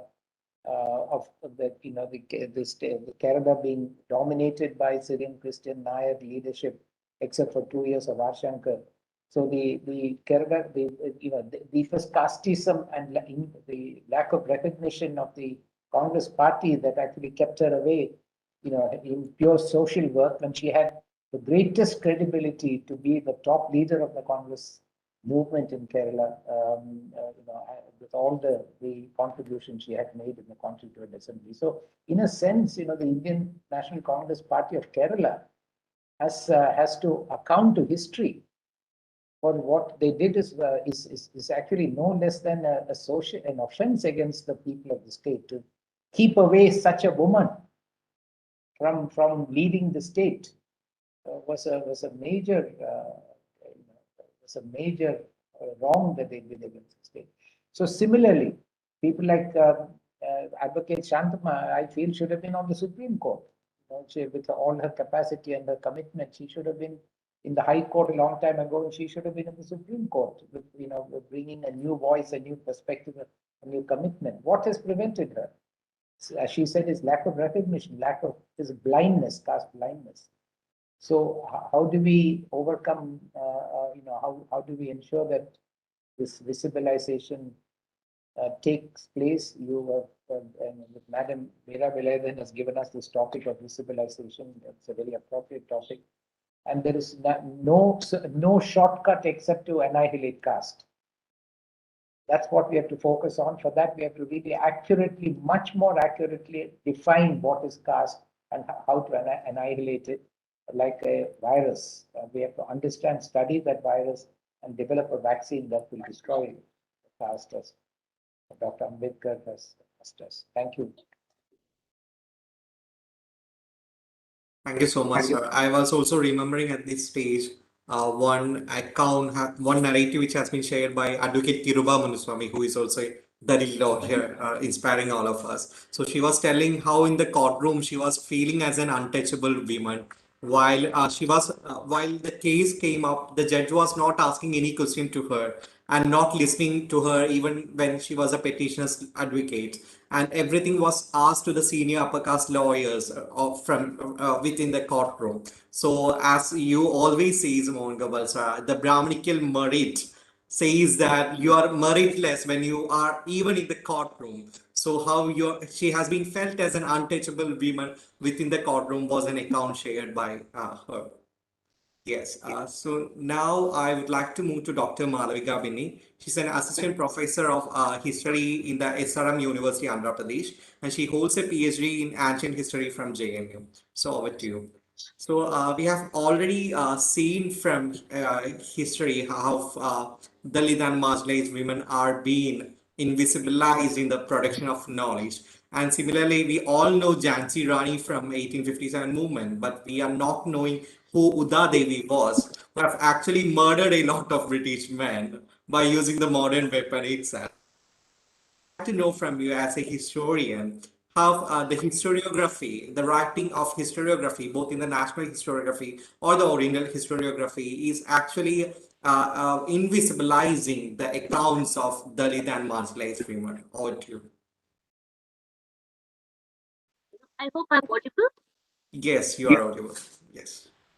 Thank you, Dinu, for the question. And let me put on record my gratitude for being part of such a wonderful panel of very, very esteemed and erudite persons. It is indeed a great privilege to be part of the birth centenary celebrations of Srimati Dakshayani Velayudhan, and to listen to her daughter speak so eloquently in such a meticulous manner about her life, because I think people like me who entered the academia, we had a huge issue of the paucity of role models. When we entered the academy, you do not know where to look at, you do not know how to shape yourself, to fashion yourself, because nobody looked like us. Uh, and nobody have had the lived experiences that we have had, and nobody talked about it in the open. So when Yeshika Datta writes about coming out as a Dalit, I absolutely understand, because we sort of had to live under the guise of Savarna, because there was possibilities of discrimination, and a lot of it had to do with the fact that we did not have, particularly in the case of women, that we did not have role models to sketch ourselves after. So in the wake of the putting up of Confederate statues in the Met Museum, the Black feminist scholars had made this point that, when you walk into the Met Museum or when you walk into the Louvre, you don't see people like yourself, either as artists or as pictures. The non-representations might be, of water girl somewhere, or as a slave somewhere, and that itself is a huge disservice that one does to history, because you take the huge continent of Africa, which is shrunk to fit into the world map. It is maybe 20 times larger than Europe, but it is not represented that way. So dialing back to the to the answer that Advocate Santhamma was making about recognition and representation, by the way. I think it goes without saying that the process of invisibilization, the process of shrinking that which is not dominant, the process of stifling voices which are already muffled, which have already been silenced. This is a very willful exercise that has been done. Like when we talk about oppression, often our history textbooks don't talk about the oppressor. They talk about the mechanism of oppression. They talk about the historical processes of oppression, but there is very little theorization on how the dominant became the dominant, how they continue to be. And there's this long-standing narrative, particularly in the discipline of history, of conflating class with caste, which has been a huge issue when it comes to issues of Dalit representation, both in the pre-colonial and the colonial, representing the pre-colonial and the colonial past of our country. So when Uma Chakravarti, for instance, talks about what happened to the Vedic Dasi, this is a question that she asked. And it's not a trivial question, because when we look at Vedic history, for instance, there's a lot of writing. Okay, this is of course on a comparative degree, but compared to, let's say, theorization on Shudras or theorization on, let's say, the Panchamas, there's a lot of writing on how the Trivarnikas, or the first three Varnas, developed their ritual status. Now, that there's already a rung of oppression in place there. And on the top of that, when there is a non-recognition of agency, because often we look for revolutions, we look for paradigmatic changes. We do not look for dissent. We do not look for protest. We do not look for agencies. And as Ranajit Guha has said, often when we look at movements, we look at the success of the movement, of whether they fit certain parameters. We're not looking for the causes, or we are not looking at the agenda of those movements. And that itself has been a huge problem when we look at Dalit women's history, because sometimes the voices are stifled because you do not see it culminating according to a very teleological way of looking at history. So there's a problem with the methodology, but at the same time, one can also argue that there is a very willful disservice being done to the representation of Dalit women, because if you look for them in the archive, if you look for them in the pre-colonial records, whether it is court chronicles, whether it is your Vedic material, whether it is your Jataka tales, whether it is Sangam literature, you will find it. It is not an impossible task. It is just that the conventional methods by which you are constructing history might have to be done away with, and you would have to maybe take up a different apparatus to understand it. So on the one hand, it's a question of methodology. It's a question of not being able to theorize agency. So that's it. And on the other hand, you you also have a very real problem. Sorry that I'm going to contest Sharmila Rigge, who has done quite a lot for Dalit women's history and Dalit women's sociology in this country, because she was the first one to speak about Dalit women's testimonials, Dalit women's agents, Dalit women's activities, so on and so forth. But what also has happened, because she was one of the first to write about it, she also created a binary. unfortunately, between the Savarna upper caste woman who was very suppressed, who was under the chokehold of Brahmanical patriarchy. And then you have the non-Savarna woman or the Dalit woman who had considerable freedom, who could go out to work. I am, of course, borrowing from her framework, who could exercise her voice and her agency within the household. So this false kind of a dichotomy was made between the Savarna woman who was more suppressed and a relatively free Dalit woman. And today, a lot of research, particularly from TIS, from JNU, has brought to light the fact that this is indeed a false testimony. This is indeed a false dichotomy. So this idea that you have a different apparatus at work here, which sort of distinguishes the lives of the Savarna women and a relatively free Dalit woman. This also has been quite problematic because all the Dalit women have been collapsed under this category of being relatively free.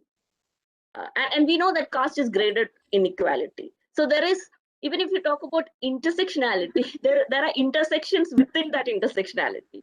So even when we talk about the Dalit woman being oppressed by caste, by her class, by her gender, we also have to acknowledge that within the lower caste, there are multiple mechanisms of caste inequalities, and each tribe, each caste will have its own kind of patriarchal network at work. So this long-standing narrative of this opposition, of quote unquote false opposition between the Savarna women and a relatively free Dalit women, that also has done considerable disservice to the construction of narratives about Dalit women because of this conflation. I am so sorry if I took too much of time to answer that question.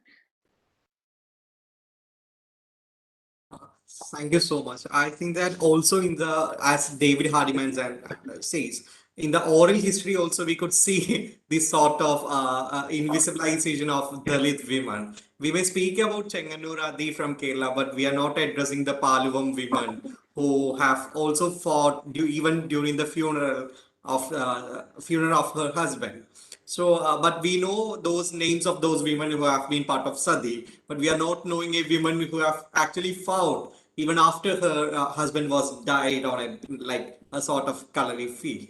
So I'm moving towards now Mridula Devi S. So to introduce her to the audience here, she is an editorial board member of Padavedam, which is an alternative magazine of Kerala. I think that very few Dalit editors are there, Dalit women editors are there in India running with alternative magazine.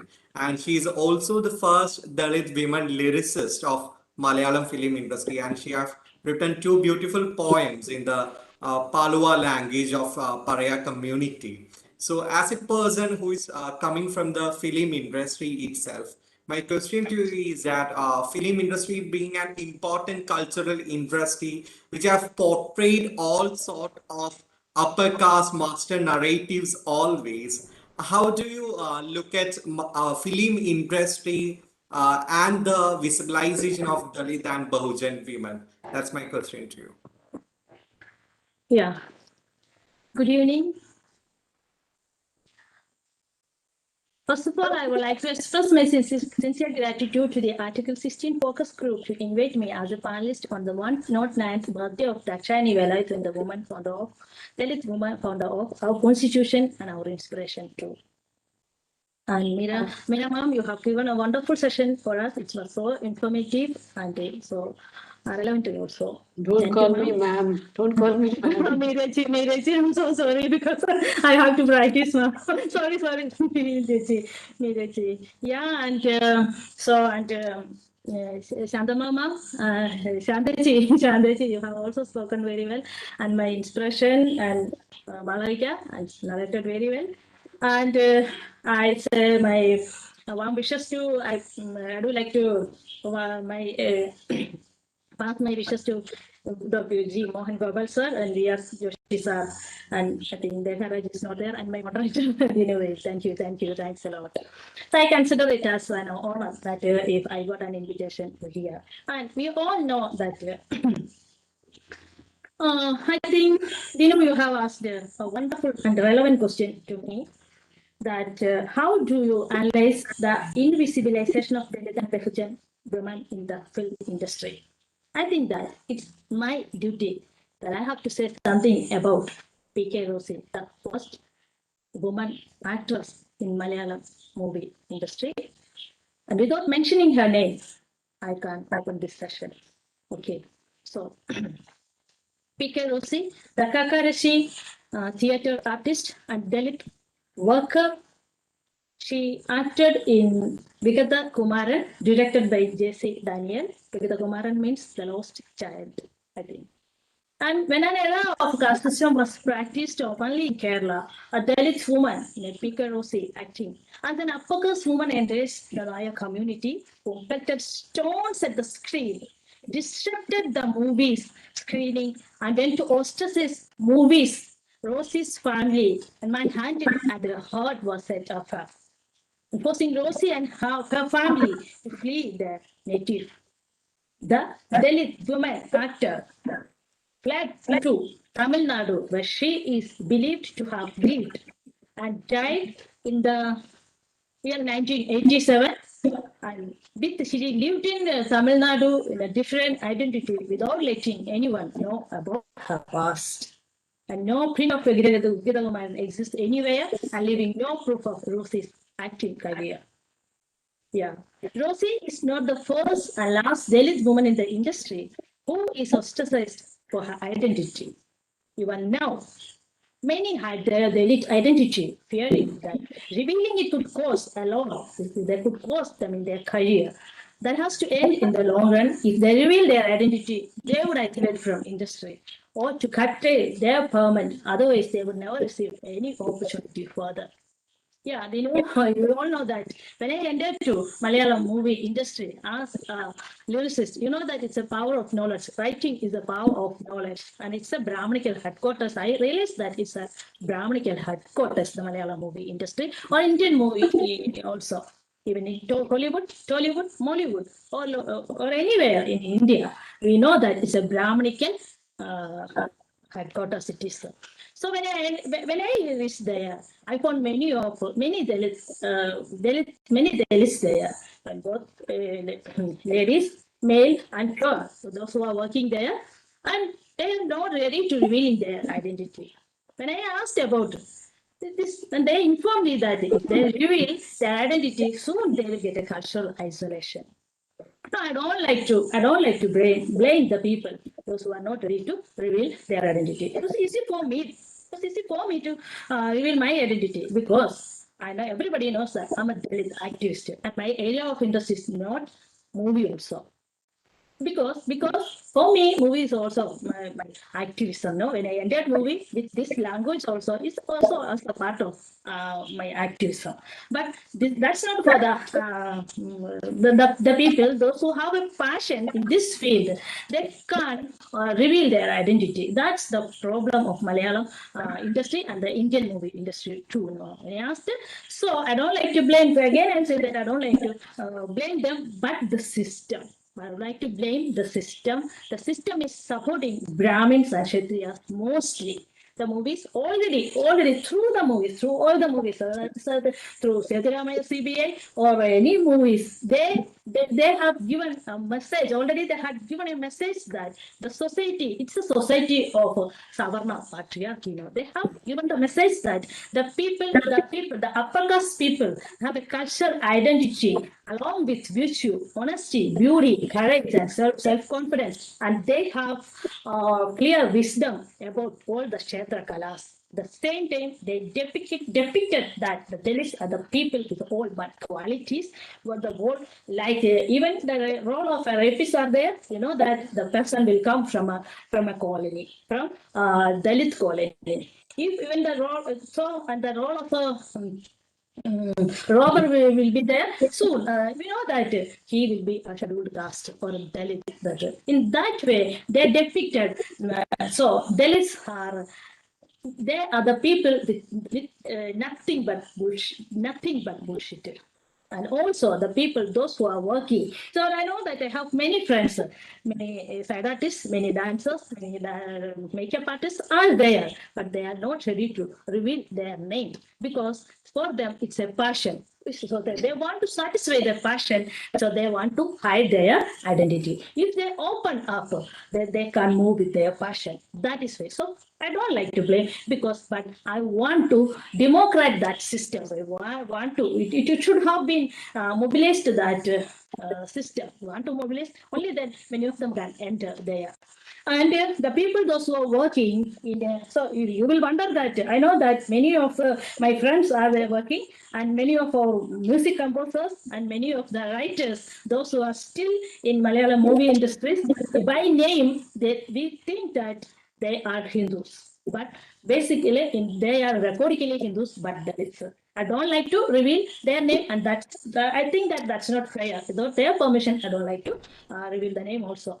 Like Kalla Mala Samaram no is an agitation by Dalit community that it took place at Perenat Kollam. Dalit women who prohibited from covering their bursts or wearing the upper body cloth. They were made to wear necklace made of stones of glass to mark their lower caste status. No, these Dalit women removed their necklace and they have participated this agitation. It was a remarkable one. It was we want to depict in the history itself, but we historians like TSP Chandaraseri collected the data of their people, those who were participating in Kallamala agitation, but couldn't find any single name of the ladies, those who were participating in Kallamala agitation. This is the way, but even it happened in 1915. But our Indian history is teaching Rani Lakshmi Bai from Jhansi's Rani Lakshmi Bai's historical appearance in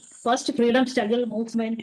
It happened in 1857. They were ready to teach through the portrait of Rani Lakshmi Bai. They were teaching the qualities of woman empowerment to us. But it happened in 1857, and Kallamala Samaram happened in 1915. No. When photography, it's a modern India, and photography also developed here, but we couldn't find any mark in the people, those who were participating in Kallamala Samaram. Why? Because they were Dalit ladies. This is the same situation happening still in movies also. That is why I do like to express that situation, the famous quotings of Veyil Appachan.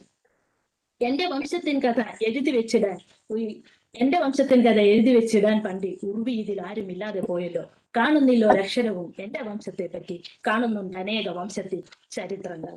Yes, in the Malayalam movie industry is also, I do like to proclaim, and I do like to say that 100% sure it's a Brahmanical headquarters. And Dinu, I think that shall I stop now, and more will add after the discussion. Thank you, Dinu. Thanks for the opportunity.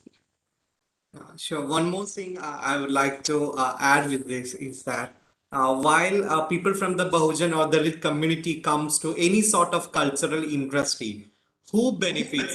The industry also benefits in a way that new diversities are coming. The master narratives, which are stereotypical narratives with Brahmanical patriarchy, is being changed, and new diverse cities are coming to the industry. I also remember once when Dr. B.R. Ambedkar himself was not ready to be in a committee, but he was asked for another Dalit member. So he just told that I'm giving you a Dalit member because you are going to get a benefit out of it. Not that my community is getting the benefit, rather you are going to get a diverse standpoint from him and you are going to benefit. And I would like to see that in the lyric by Mridula Devi S in the movie Great Indian Kitchen. She was writing a poem where a woman is against the menstrual taboos, a Dalit woman who is actually celebrating her life during the menstrual period. So I would like to also know whether you could recite that two lines with us regarding the against the menstrual taboos. Yeah, that menstrual taboos. I have to sing now. Yeah, only two lines so that we could loosen the academic. No, I will sing 4 lines. Okay, fine. Yeah, Dinu. Dinu, my song is not with me now, but I will try the. Sure.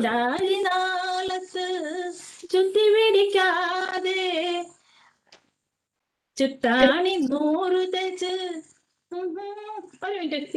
please give me 1 minute and I will Sure, I sure, have to sure. meditate if you don't mind. And Can you? what inspired me also is that she to the director she asked only one thing while she was a lyricist. My name should be there in the Yeah, poster, and my name yeah, should be yeah. there. Mine should So have been there. that's So, a political agency towards the yeah. visualization. Many of them are. So, and I'm so happy that many of my friends all over the world sent to pick of my name and send it to my WhatsApp and my messenger, because otherwise we all know that otherwise they will cut trail, they will cut short from the from this field itself. So anyway, I'm so happy that and Dinu also Dinu sent the first for this one, and I am great. Yeah. Sorry for the inconvenience. You informed me earlier, then I will take. I will take it earlier. So, can you take if you don't mind? Everybody, I couldn't get. Sure. We will come back to you Yeah, in between thank you. yours. I'll take Okay. it. Yeah. Yes. And I would like to know from Dr. Meera Velayudhan if she's here. Being a political analyst also, we know that the women reservation bill is being regarding the women reservation bill. Why do you support or are you in favor of having a subdivision within the reservation bill and giving Dalit and Bahujan women more reservation within the larger women reservation bill? Last day, Mohan Gopal sir was also telling me that this bill is not been enacted because there has been political request in order to make special categorizations of women within the reservation policy. So may please know your stand on that, ma'am. My video is not, but I'll talk. I have a different opinion because if you see today's context, Parliament has if you see the Hathras atrocity which took place, violence which took place, there are 35, Dalit women in UP Assembly. But they are with the BJP.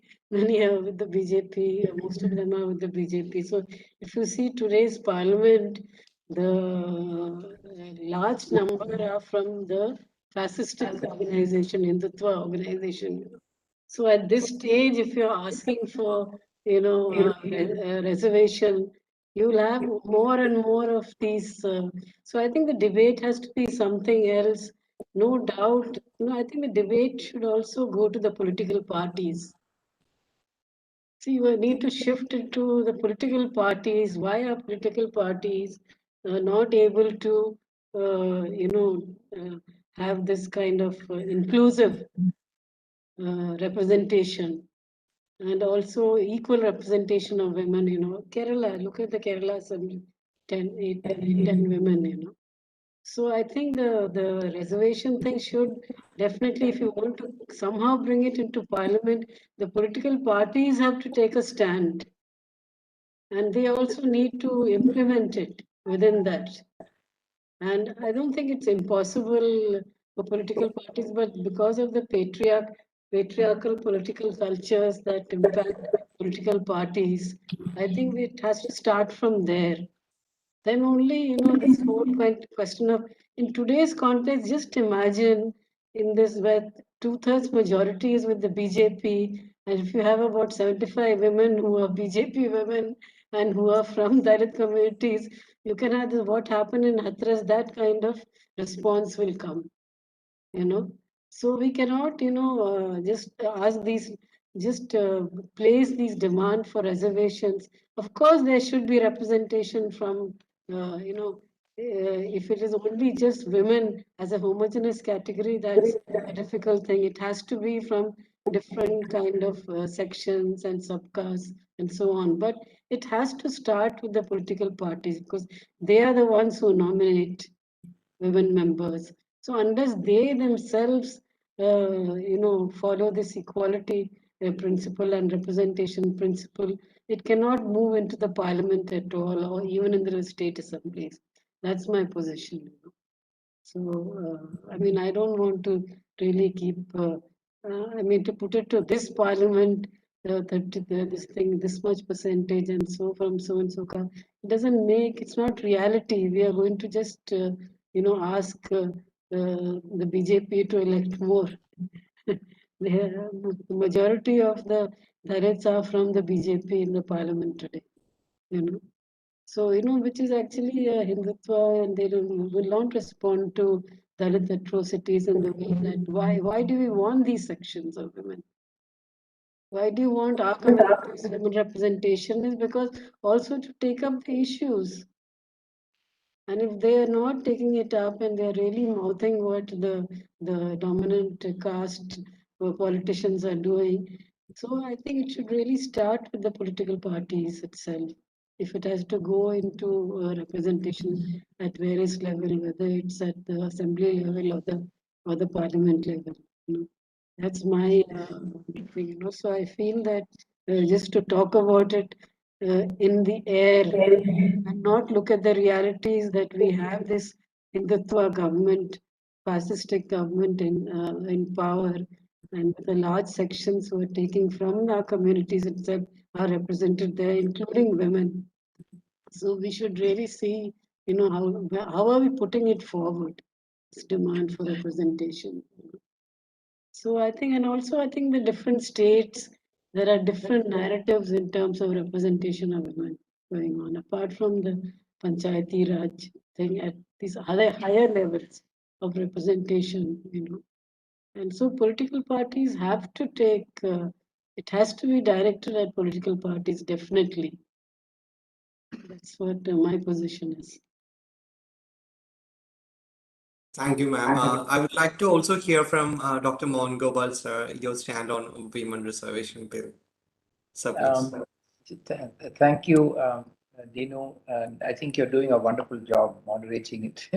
So I'm really delighted, and wonderful interventions by both Malavika Binny and Mridula Devi, and I look forward to hear her sing those 4 lines.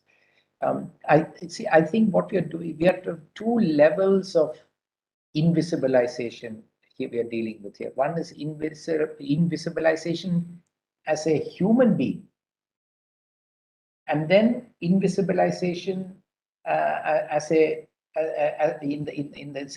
gender terms, as a woman. And I think many of our analysis has been shifting the burden to us, us in the sense of those who are marginalized. That somehow there is something lacking, some knowledge, some assertion, some something that we have not done to permit this to go on. But actually, we have to understand this problem as a major. It is not it is a result of huge inadequacies and failures and inhumanity of the Aryans. And I think we cannot understand any of this on the first part, the caste part, unless we look at caste simply as an instrument of colonization of the subcontinent, comparable to colonization of the United States and Australia and Canada, where the colonizer comes from outside, takes a landscape which has multiple sovereignties and multiple cultures, and wants to establish a singular sovereignty over that entire landscape. It is a particular type of colonization. It did not happen in Africa, did not happen in South America, but it has happened here through the Aryans, not through the British or the Mughals. The Aryans have moved here from either Tajikistan or Lithuania or anywhere in between, and they have come into this vast subcontinent, and they are trying, and they encountered, we are not one nation, we have multiple sovereignties, multiple diversities, and they are trying, like in Australia, United States, Canada, to destroy all these multiple sovereignties and to establish a singular sovereignty and colonize this. This is, if we have to understand caste as a strategy of colonization, not simply as just an ordinary part of a social system, political system, and of course it has those elements also. So if you look at it that way, then we understand that we have to fight back by representation, by restoration. So reservation is only a tool, as Madam Meera Velayudhan said. The real issue is representation. It is restoration of rights. So when you look at it that way, I think we cannot, unfortunately, she's absolutely right. This should happen through democratic parties. But the parties have been completely bought over by vested interests in one form or the other, captured by all kinds of social, political, and economic vested interests. They're engaging in the black market of state power. So we cannot expect any reform to come from them. So I think we must ask for representation in parliament of women in proportion to the population share of every caste and community. And with that diversity in parliament, so that all these voices, down to the smallest communities, we must have some, like in the United Nations, every country is represented. Small countries can band together and create a bloc. So we want a parliament to reflect our society. Every segment must be represented. This was denied through electorates at the Pune Pact. But I think even if we don't have electorates, let's reserve the seats. That's an experiment that was accepted for SCST, and it has been successful because to the extent that there would have been zero SCST in parliament or legislature, but for reservation. Now we are getting at least that much, not even one extra. So in the realities of the country, well, I totally agree with in every word of what Dr. Meera Velayudhan has said. In the realities of the country, we need to understand caste better. We need to understand what we are fighting better.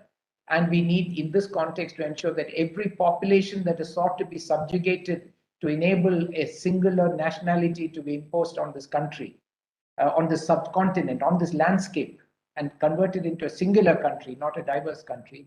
I think we can only counter that through every voice coming into parliament. And that was what I think was intended by Dr. Ambedkar, right from his Pune Pact days, that every community must have a voice and must have representation. That's the only way we can protect our freedom.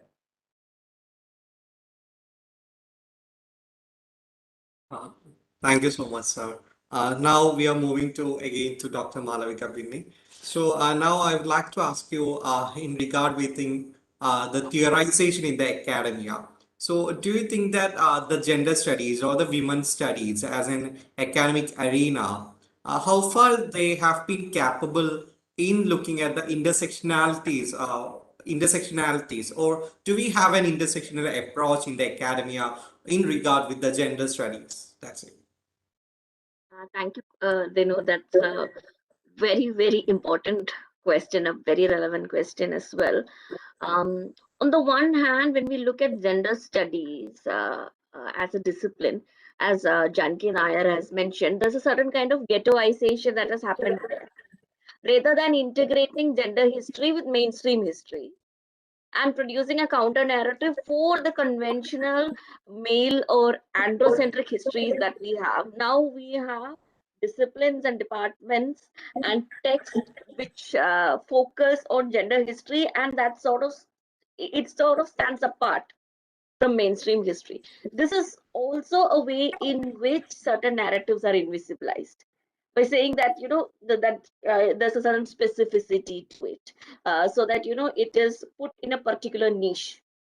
So there's a certain kind of ghettoization when it comes to gender studies in general, and even within gender studies. If you look at the issue of intersectionality, you would have a very low representation of studies on Dalit women. So you would have, let's say, works of Meera ma'am, or you would have works of Anandi Shanmugh. And for instance, you look at the pre-colonial past of South India, there's dozens of works on the Devdasi system without the mention of the caste composition of the Devdasis. And you had to have a foreign scholar like Susan Bailey to come and actually interrogate, also Leslie Orr, who interrogated the caste composition of the Devdasis. But again, it was Anandi Shanmugam's work who pointed out that you have a greatly underrepresented community called the Arundhadiyar community. within the Devdasi system, where you actually see multiple rungs of oppression, and you also see an intergenerationality in that oppression. On the one hand, you had all the stigma of being the Devdasi, of being bonded to a particular profession. And when you have a movement towards modernity, you also have Dalit patriarchy, because you have a section of the men being educated and a certain stigma attached to the very Brahmanical idea of these women being loose women, or catering to the interest of a particular kind of public. So you have different rungs of operations at work there. But this is research as recent as 4 years ago, 5 years ago. So you do have those exceptional, brilliant works, but those are the exceptions. I am yet to see, or I am so sorry to say this, but I am yet to see a work on the gender history of South India or India, where you have a full-fledged discussion of Ambedkarite politics, or the politics of Dalit women's movements, other than maybe of Sharmila Rige. Though you have this scattered works. For instance, when Gopal Guru talks about, in his, I think, very, very famous article about Dalit women talk differently. So he addresses 2 points. One point being that you have different ways of mobilization. You have different activities are being done. So the conventional feminist ways of mobilization and the things that they stood for.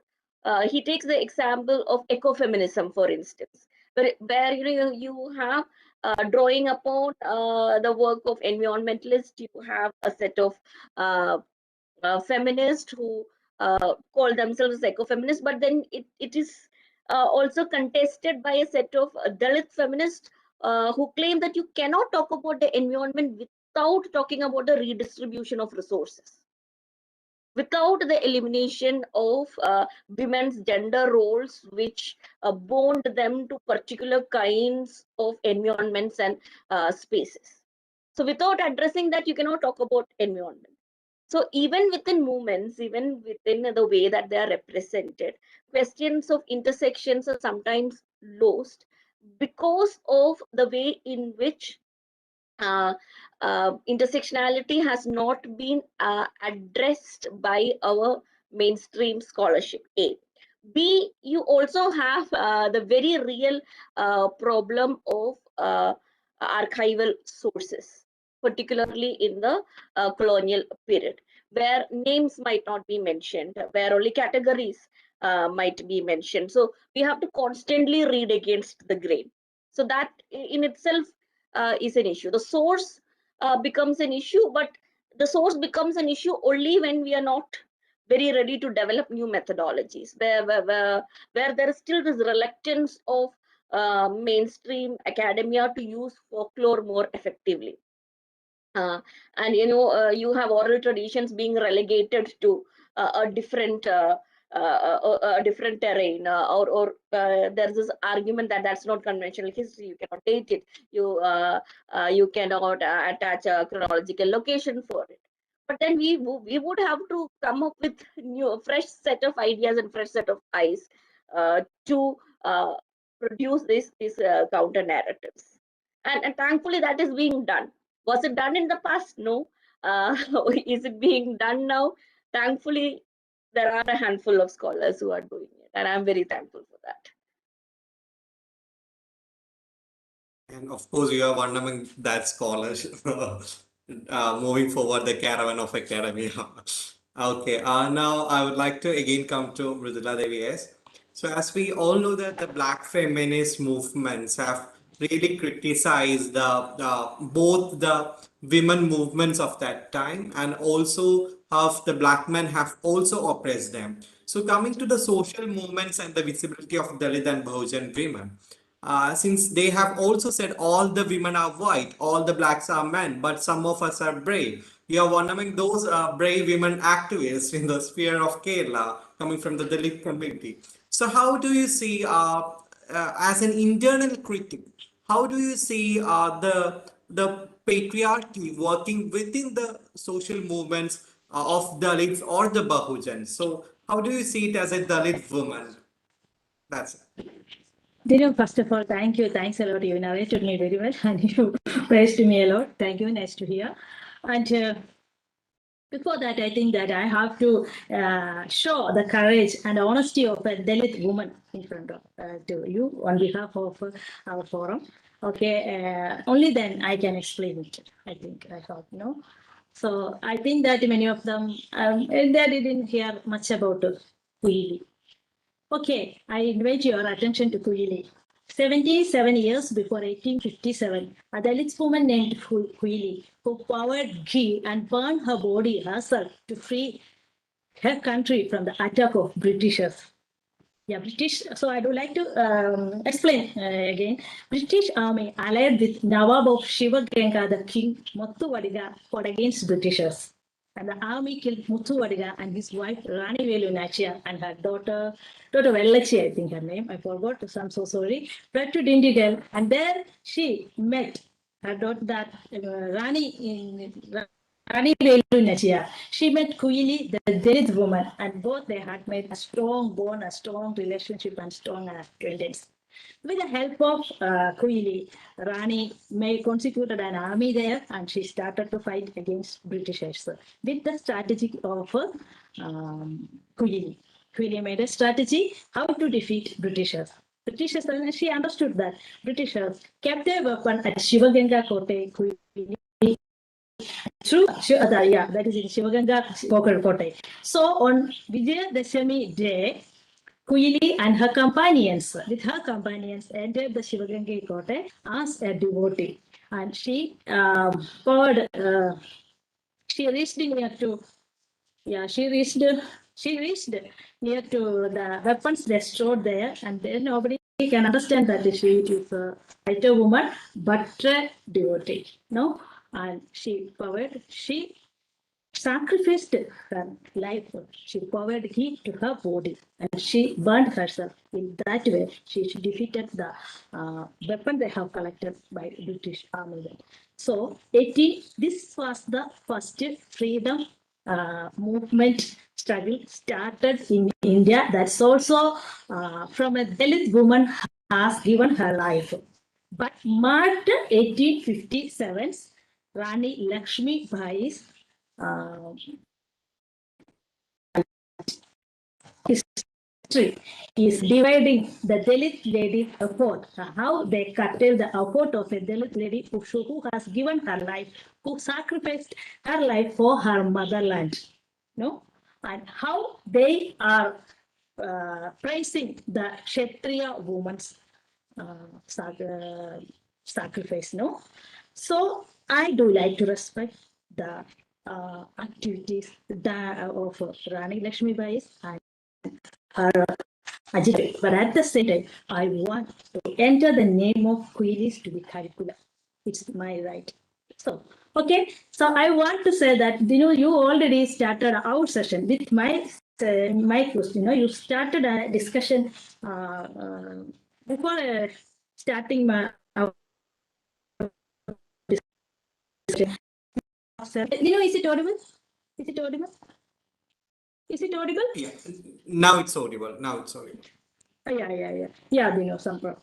Yeah, you opened the session with Changanuradi part for the whole of Paluvambelu, Everybody knows Changanuradi, but nobody knows Paluvambelu. This is the situation of everybody knows Kallamala Samaram. That is Kalla Mala Samaram, not Kallimala. Many of them are always making mistakes. That is not Changanuradi, but Changanurati. Yeah, Dinu. Everybody knows Kalla Mala Samaram, no? Even the Dalit intellectuals or Dalit cultural sphere knows they know about Perinadilakala, know about Kalla Mala Samaram. But they know Mahatma Ayyankar. But nobody knows the name of any girl, any ladies, those who are participating in Kalla Mala agitation. And Chanar Lekhala continues 37 years.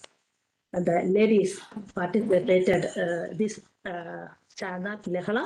We couldn't find any name except one or two, This is the situation of the Asavarna feminists, those who were working in the field of marginalized politics. They are marginalizing from the marginalized people, those who are suffering the same caste issues, those who are suffering the same the race issues. They never consider. So the Dalit, I do like to say that the Dalit, there is a patriarchy. The Dalit woman want to suffer the patriarchy from society and from that Dalit.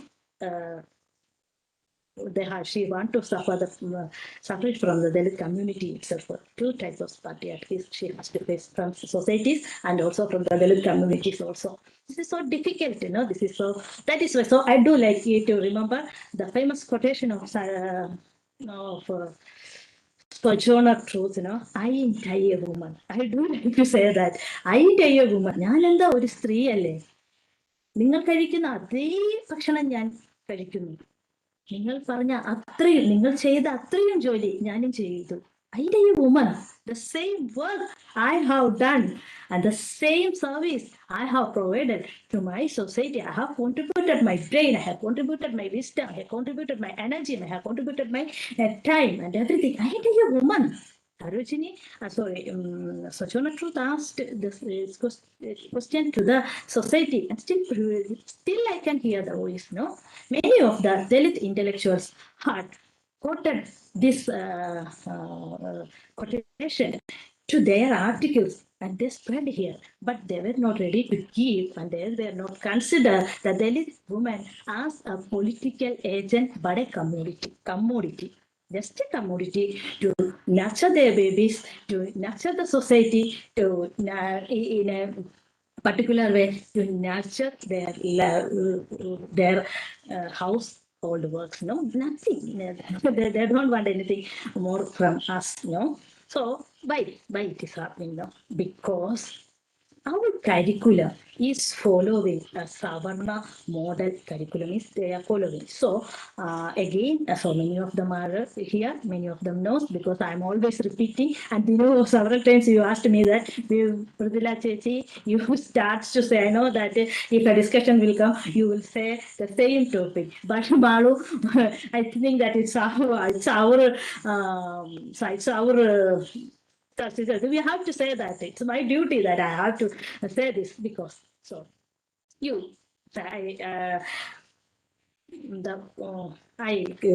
invite your attention to the curriculum of family, in which way we are teaching family system in a school. Know that in a family, in English language, we are teaching about family. In environmental science also, we are teaching and we are teaching about family. So still they are following in a binary way. We only know that only gents and ladies there. In a family system, the picture we can see that mother is cooking in the kitchen. And her daughter is also near to her. She is peeling vegetables there. And in the living room, the dad is sitting and he is reading a newspaper. Which newspaper? Earlier it was Samachar Patrika, then curriculum modified, then from Samachar Patrika to the person used Times of India, Deccan Chronicle. In that way, but the living room, the same person who is sitting, and near him, who is sitting, his boy is sitting, he is playing cricket, otherwise he is watching TV, otherwise he will read newspaper. No, he will read playing with his tab.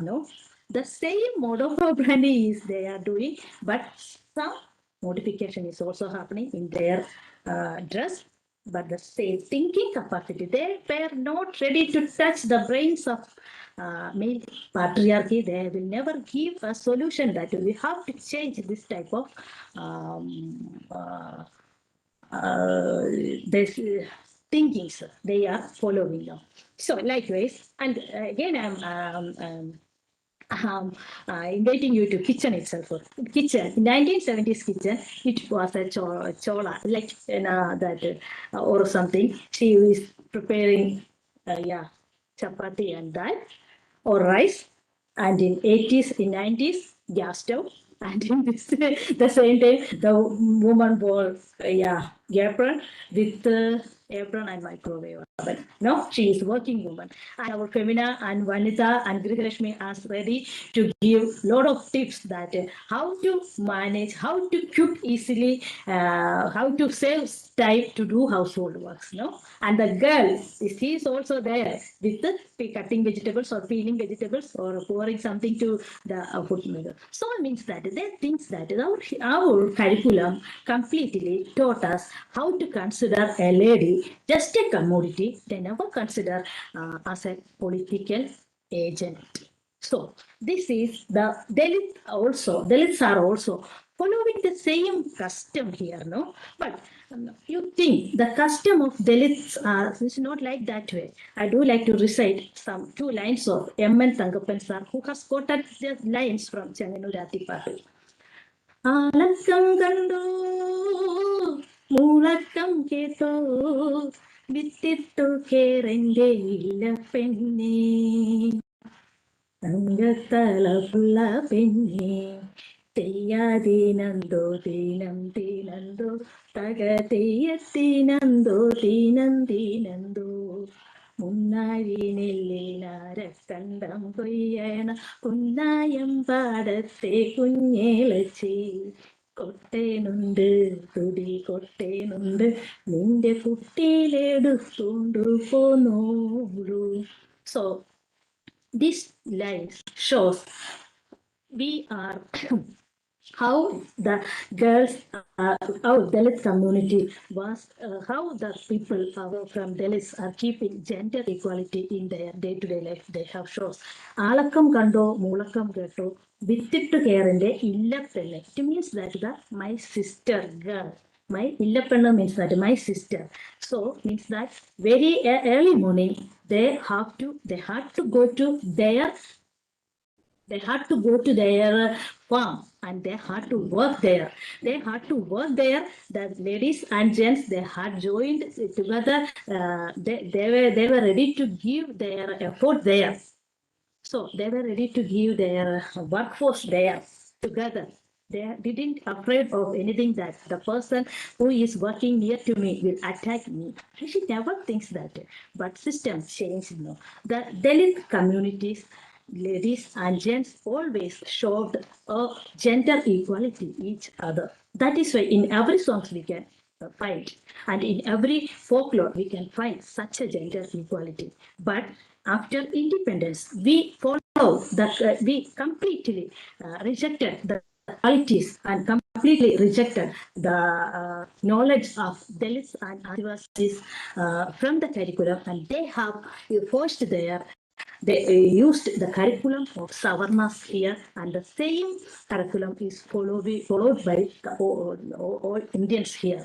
Then this is the way Dalit male Dalit intellectuals, especially male Dalit intellectuals, and also the Dalit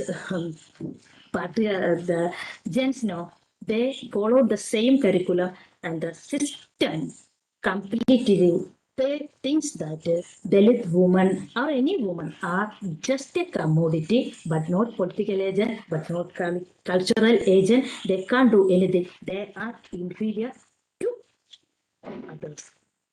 So that is why nowadays many Dalit, Adivasis and Bahujan ladies coming to political and cultural discussions there. First, they are always suffering from their own brothers. They are not ready to give brotherhood to us. Even in the poster itself, that is a poster of any Dalit organization. You can't find it. Only gents are there. Only gents are there. There is no ladies. Even they don't know that LGBTIQ community is there itself. They are still living in the imaginary. They are living in the world of binary. This is the system. So, and I'm a prey, P-R-E-Y, prey of Dalit patriarchy. 2 years before when I raised a question, one of my crucial situation I have faced it to 2 years. Then I have put it into Facebook.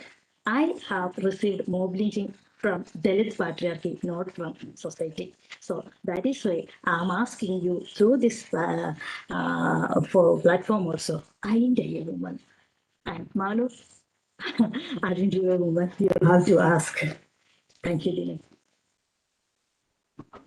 Thank you so much. You have rightly pointed on how curriculum is invisibilizing our efforts, and also how there is a need for voicing for a third way within the Kerala Dalit movements, and also how I have also often seen how on the public sphere, especially on academic discussions or other culture discussions also, the representation of Dalit women are very less. So if there was reservation, we could have been much more Dalit women in the public sphere. So even the Dalit men often forget this, or the Bahujan men always forget this. So it's very essential that we take a political decision that we won't be participating on platforms which are not having adequate representation. I have also taken it as a small step within my programs. I have also taken that political decision.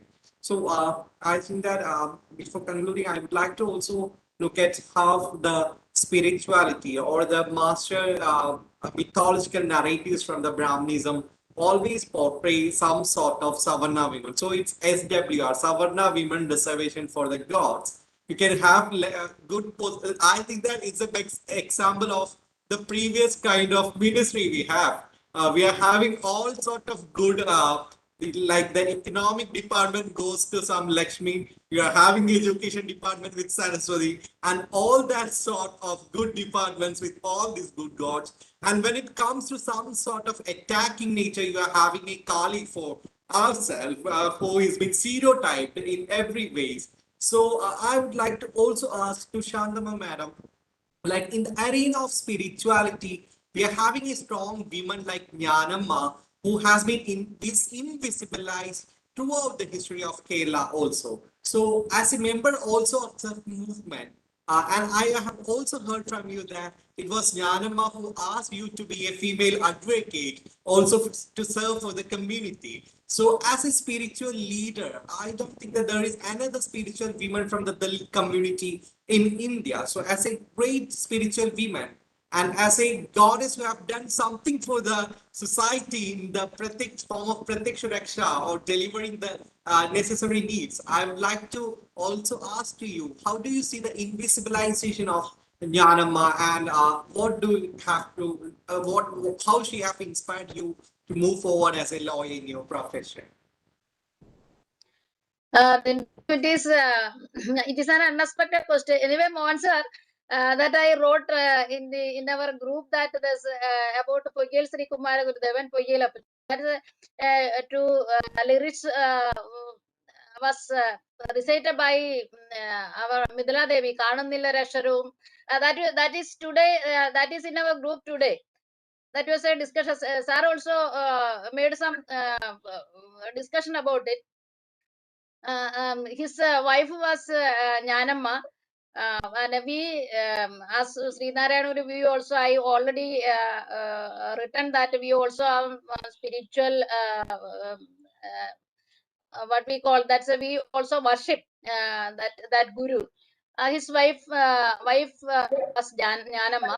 She was the president of the Pratyasha Rasha Deva Sabha. That is, I already told that this is the congregation or the group of several castes. That is all the Bahujans, I can say. That is, and 2 or 3, very little, 1%, other castes also, or Savarnas, etc.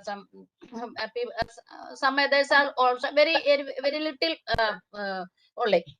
So she was the president, and at the time of Veyil Sri Kumara Gurudevan's demise, a lot of property was there. And asset was there, and it was and so many cases were there, because nobody knows how to manage, or who will manage it, and in what way it has to be managed. So she took the charge as president, and she managed to deal with all the cases. All the several shagas were there. So assets were there. Assets are only because of the work that was amassed or that was gained only by the work that is in the estate work, etc., etc. Those people, the people were the Sabhas members were doing, and they got the money and purchased lands and got such a good asset. So that was the she had to attend several cases, contest several cases, and she appeared in many courts as a witness and a party. And she contested all the cases, and almost all the cases were won also. So I was for my BSc, and I got a first class in my BSc. And when I went to meet her, and I wanted to inform her that I passed in first class. She asked me, which course you want to join? Then I said I want to join for medicine. Then he says, no. You go to LLB or that particular word she told, that is you must go for law. So because I didn't opt it, but somehow I happened to opt this LLB, and I started my practice. Because a lady from a Dalit community, SC community, never got the this background for practice in a court. And if I already I intended, I would have practiced in my native village. But somehow I could come to Ernakulam, and I could practice in the High Court. So and I could meet. That's I was. I already told, I think, that I was students. I was working in students association, especially Harijan students. And then it was it could be called Harijan, and Harijan Students Federation. I was working, and I joined this profession, and I could do something for my community. As Dinu said, I never detached from the community. I never detached from from their problems. So I have been I have been dealing with the problems of the community till now. That gives me much satisfaction, I think. And that is why only I could be able to join with this famous group, Article 16. Anyway, I could that is a position that was why I happened to join for LLB. And I think I can manage in my way. That only, that is 10%, 1%, 10% of that only. That way I can save my community, I think, and I get satisfied, because the new like persons, they better know, he better knows that what is the violation of fundamental right, and he then consults with me, and he has now started the drafting also. So with the help of these persons, and also because of my contact with the community, and the knowledge is that I can understand the problems of the community, being a lawyer. That is my privilege, I think. So I am doing I can say I am doing my best. I will have to say anyway, that gives me much satisfaction. And that is the problem. That is the feminine, or the encouragement, that I have to say that an encouragement, and at the same time, it is a matter of confidence. That is that I have been acquired. I must say, everybody knows that in court, when if we want to make some representation, we must be confident with our matter, and that I am getting. And that is a position, that is why I joined for law, and become a small lawyer.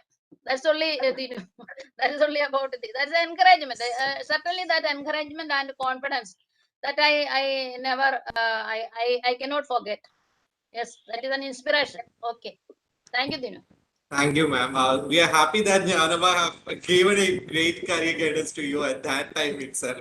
We have gone for BSc, we couldn't have filed many cases. So, sorry. Yeah. So we are very happy, ma'am. Then we would wind up by Mridula Devi would be telling that song which we have posted. So, Mridulechi, if you are there, could you please? Yeah, Dinu, I'm here. Thank you, Dinu. So again, I would like to say that I have to take a bail that I'm just a lyricist, not a singer. And the last 4 lines I'll sing for you.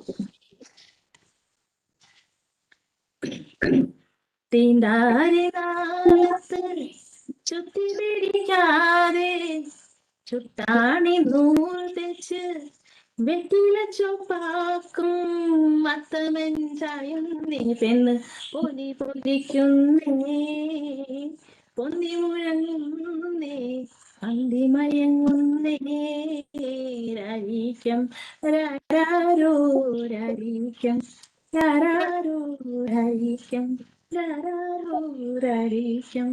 This is the tune of the Great Indian Kitchen's last song, which I have written, and I do like to sing the same Idanadan, for you. That also in the movie, the middle part of movie, that composed by myself, but not my own music composition, but the music composition which was written by my ancestors.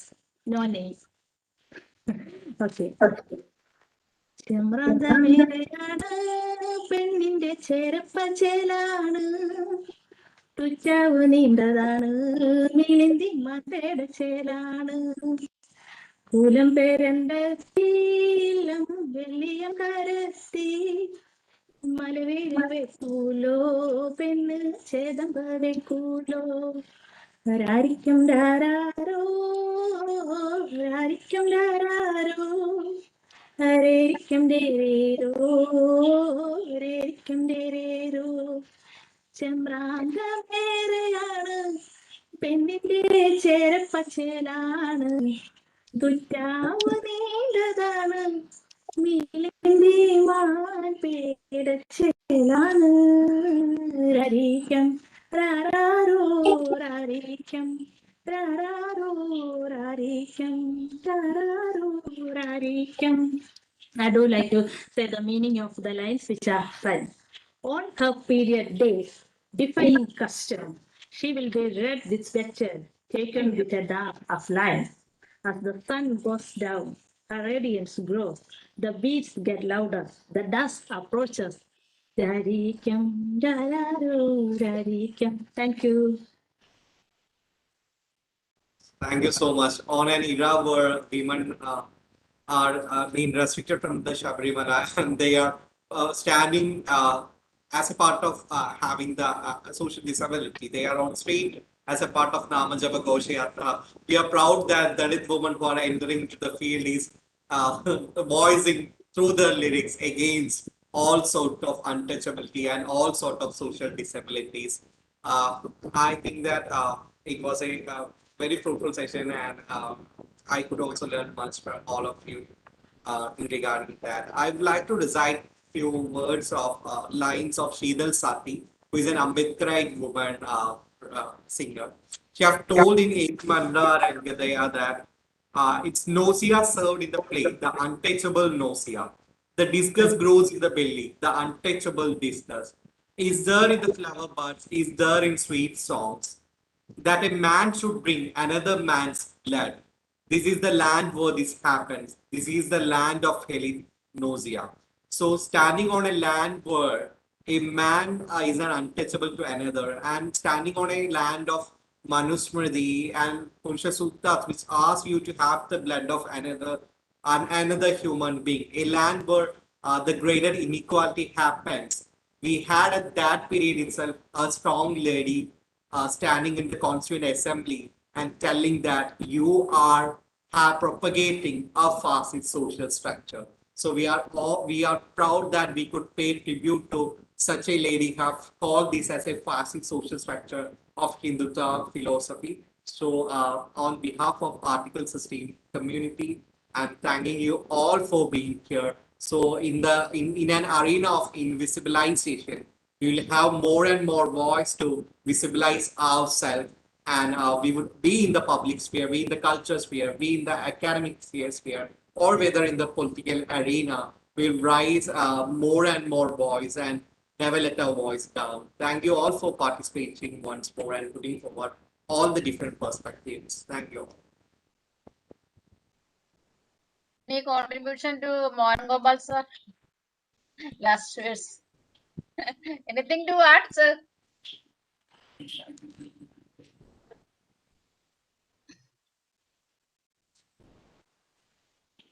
Sir, you are on mute. I'd just like to convey my my own deep and heartfelt gratitude to Dr. Meera Velayudhan for really a wonderful, extraordinary rendition of the life and struggles and achievements of one of the greatest figures that we've been fortunate to have in our state and in our country. I hope it will contribute to the recognition of her role, a very important role in our country, and her role as a role model to our young people. And we've also had the tremendous energy and commitment of Advocate Santhamma, who continues to inspire all the young people and all of us in her work. And then we've had the energy, the huge energy and inspiration from, which is really inspiring, from Dr. Malavika Binny and Mridula. And what makes me realize is that there is a huge epistemic deficit that we have, that we are struggling with. And the epistemic deficit comes from still being forced to understand our reality through basically frameworks that originally are racist. So, we go back to philosophical frameworks, and we go to Kant, and, and for example, who's very influential thinker, whose thinking has influenced Habermas and Rawls and all these people. And what Kant said in 1724 was, I'm reading a quotation, this fellow was quite black. A clear proof that what he said was stupid. Now, is that black fellow stupid, or is Kant stupid? Kant is stupid. And the sooner we recognize that, the better for us. And so I'd rather listen to Malavika Binny and Mridula Devi than listen to Immanuel Kant, frankly, and learn from the tremendous epistemic value of the poetry and the experience, the lived experience we have, and learn from Advocate Santhamma, and most of all, learn from Dr. Meera Velayudhan, and above all, learn from the life and struggles of Dakshayani Velayudhan, and discern from them a way to understand our society. And I think we must understand that the Constitution of India, a founder, the only female Dalit founder of the Constitution of India being Dakshayani Velayudhan, and the chairman of the drafting committee and the father of the Constitution being Dr. B.R. Ambedkar. We must understand that the Constitution is a powerful instrument to counter Aryan colonization of this landscape by ensuring everyone's voice as individuals and everyone's voice as small groups, micro groups. You look at Article 29, that gives us a fundamental right to protect our own distinct, every group to protect its own distinct language and culture. So it is finally an instrument given to us, this Constitution, this Republic, that we can all unite, all the people of this subcontinent with all our diversity, that we can unite together and counter effectively this attempt to colonize us and impose one epistemic and one cultural and one religious order on us, like was done to the United States, like was done to Australia, like was done to Canada. And we should not become number 4 in this list. And the Constitution gives us the ability to do that, giving due place. See, we don't want to expel anybody. The Constitution gives diverse representative capacity to those who are come here and are trying to colonize us. Let them have their own due space. But we must live together as a union of a diverse people.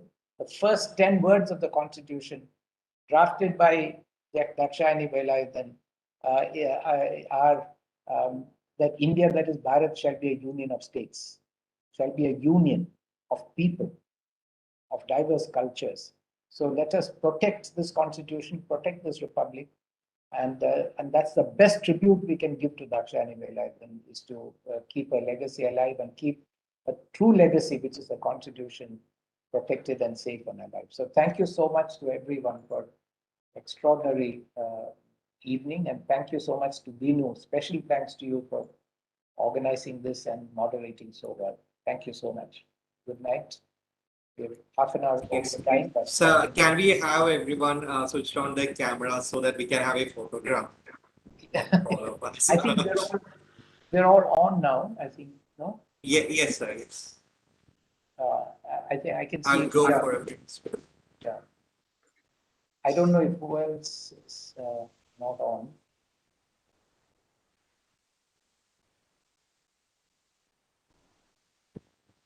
Okay. Yes, sir. Then. Thank you. Thank you all. Thank you. Sir. Thank you. Thank Good you. night. Thank you. Good night. Thank you, Dr. Meera Velayudhan. Oh, we should meet. Thank you, Meera. Thank you. I consider it's a greatest opportunity to work with, to participate with you, Meera. I was telling Dr. Gopal that after long, since Shabrimala time, we only now met to talk. Thank you.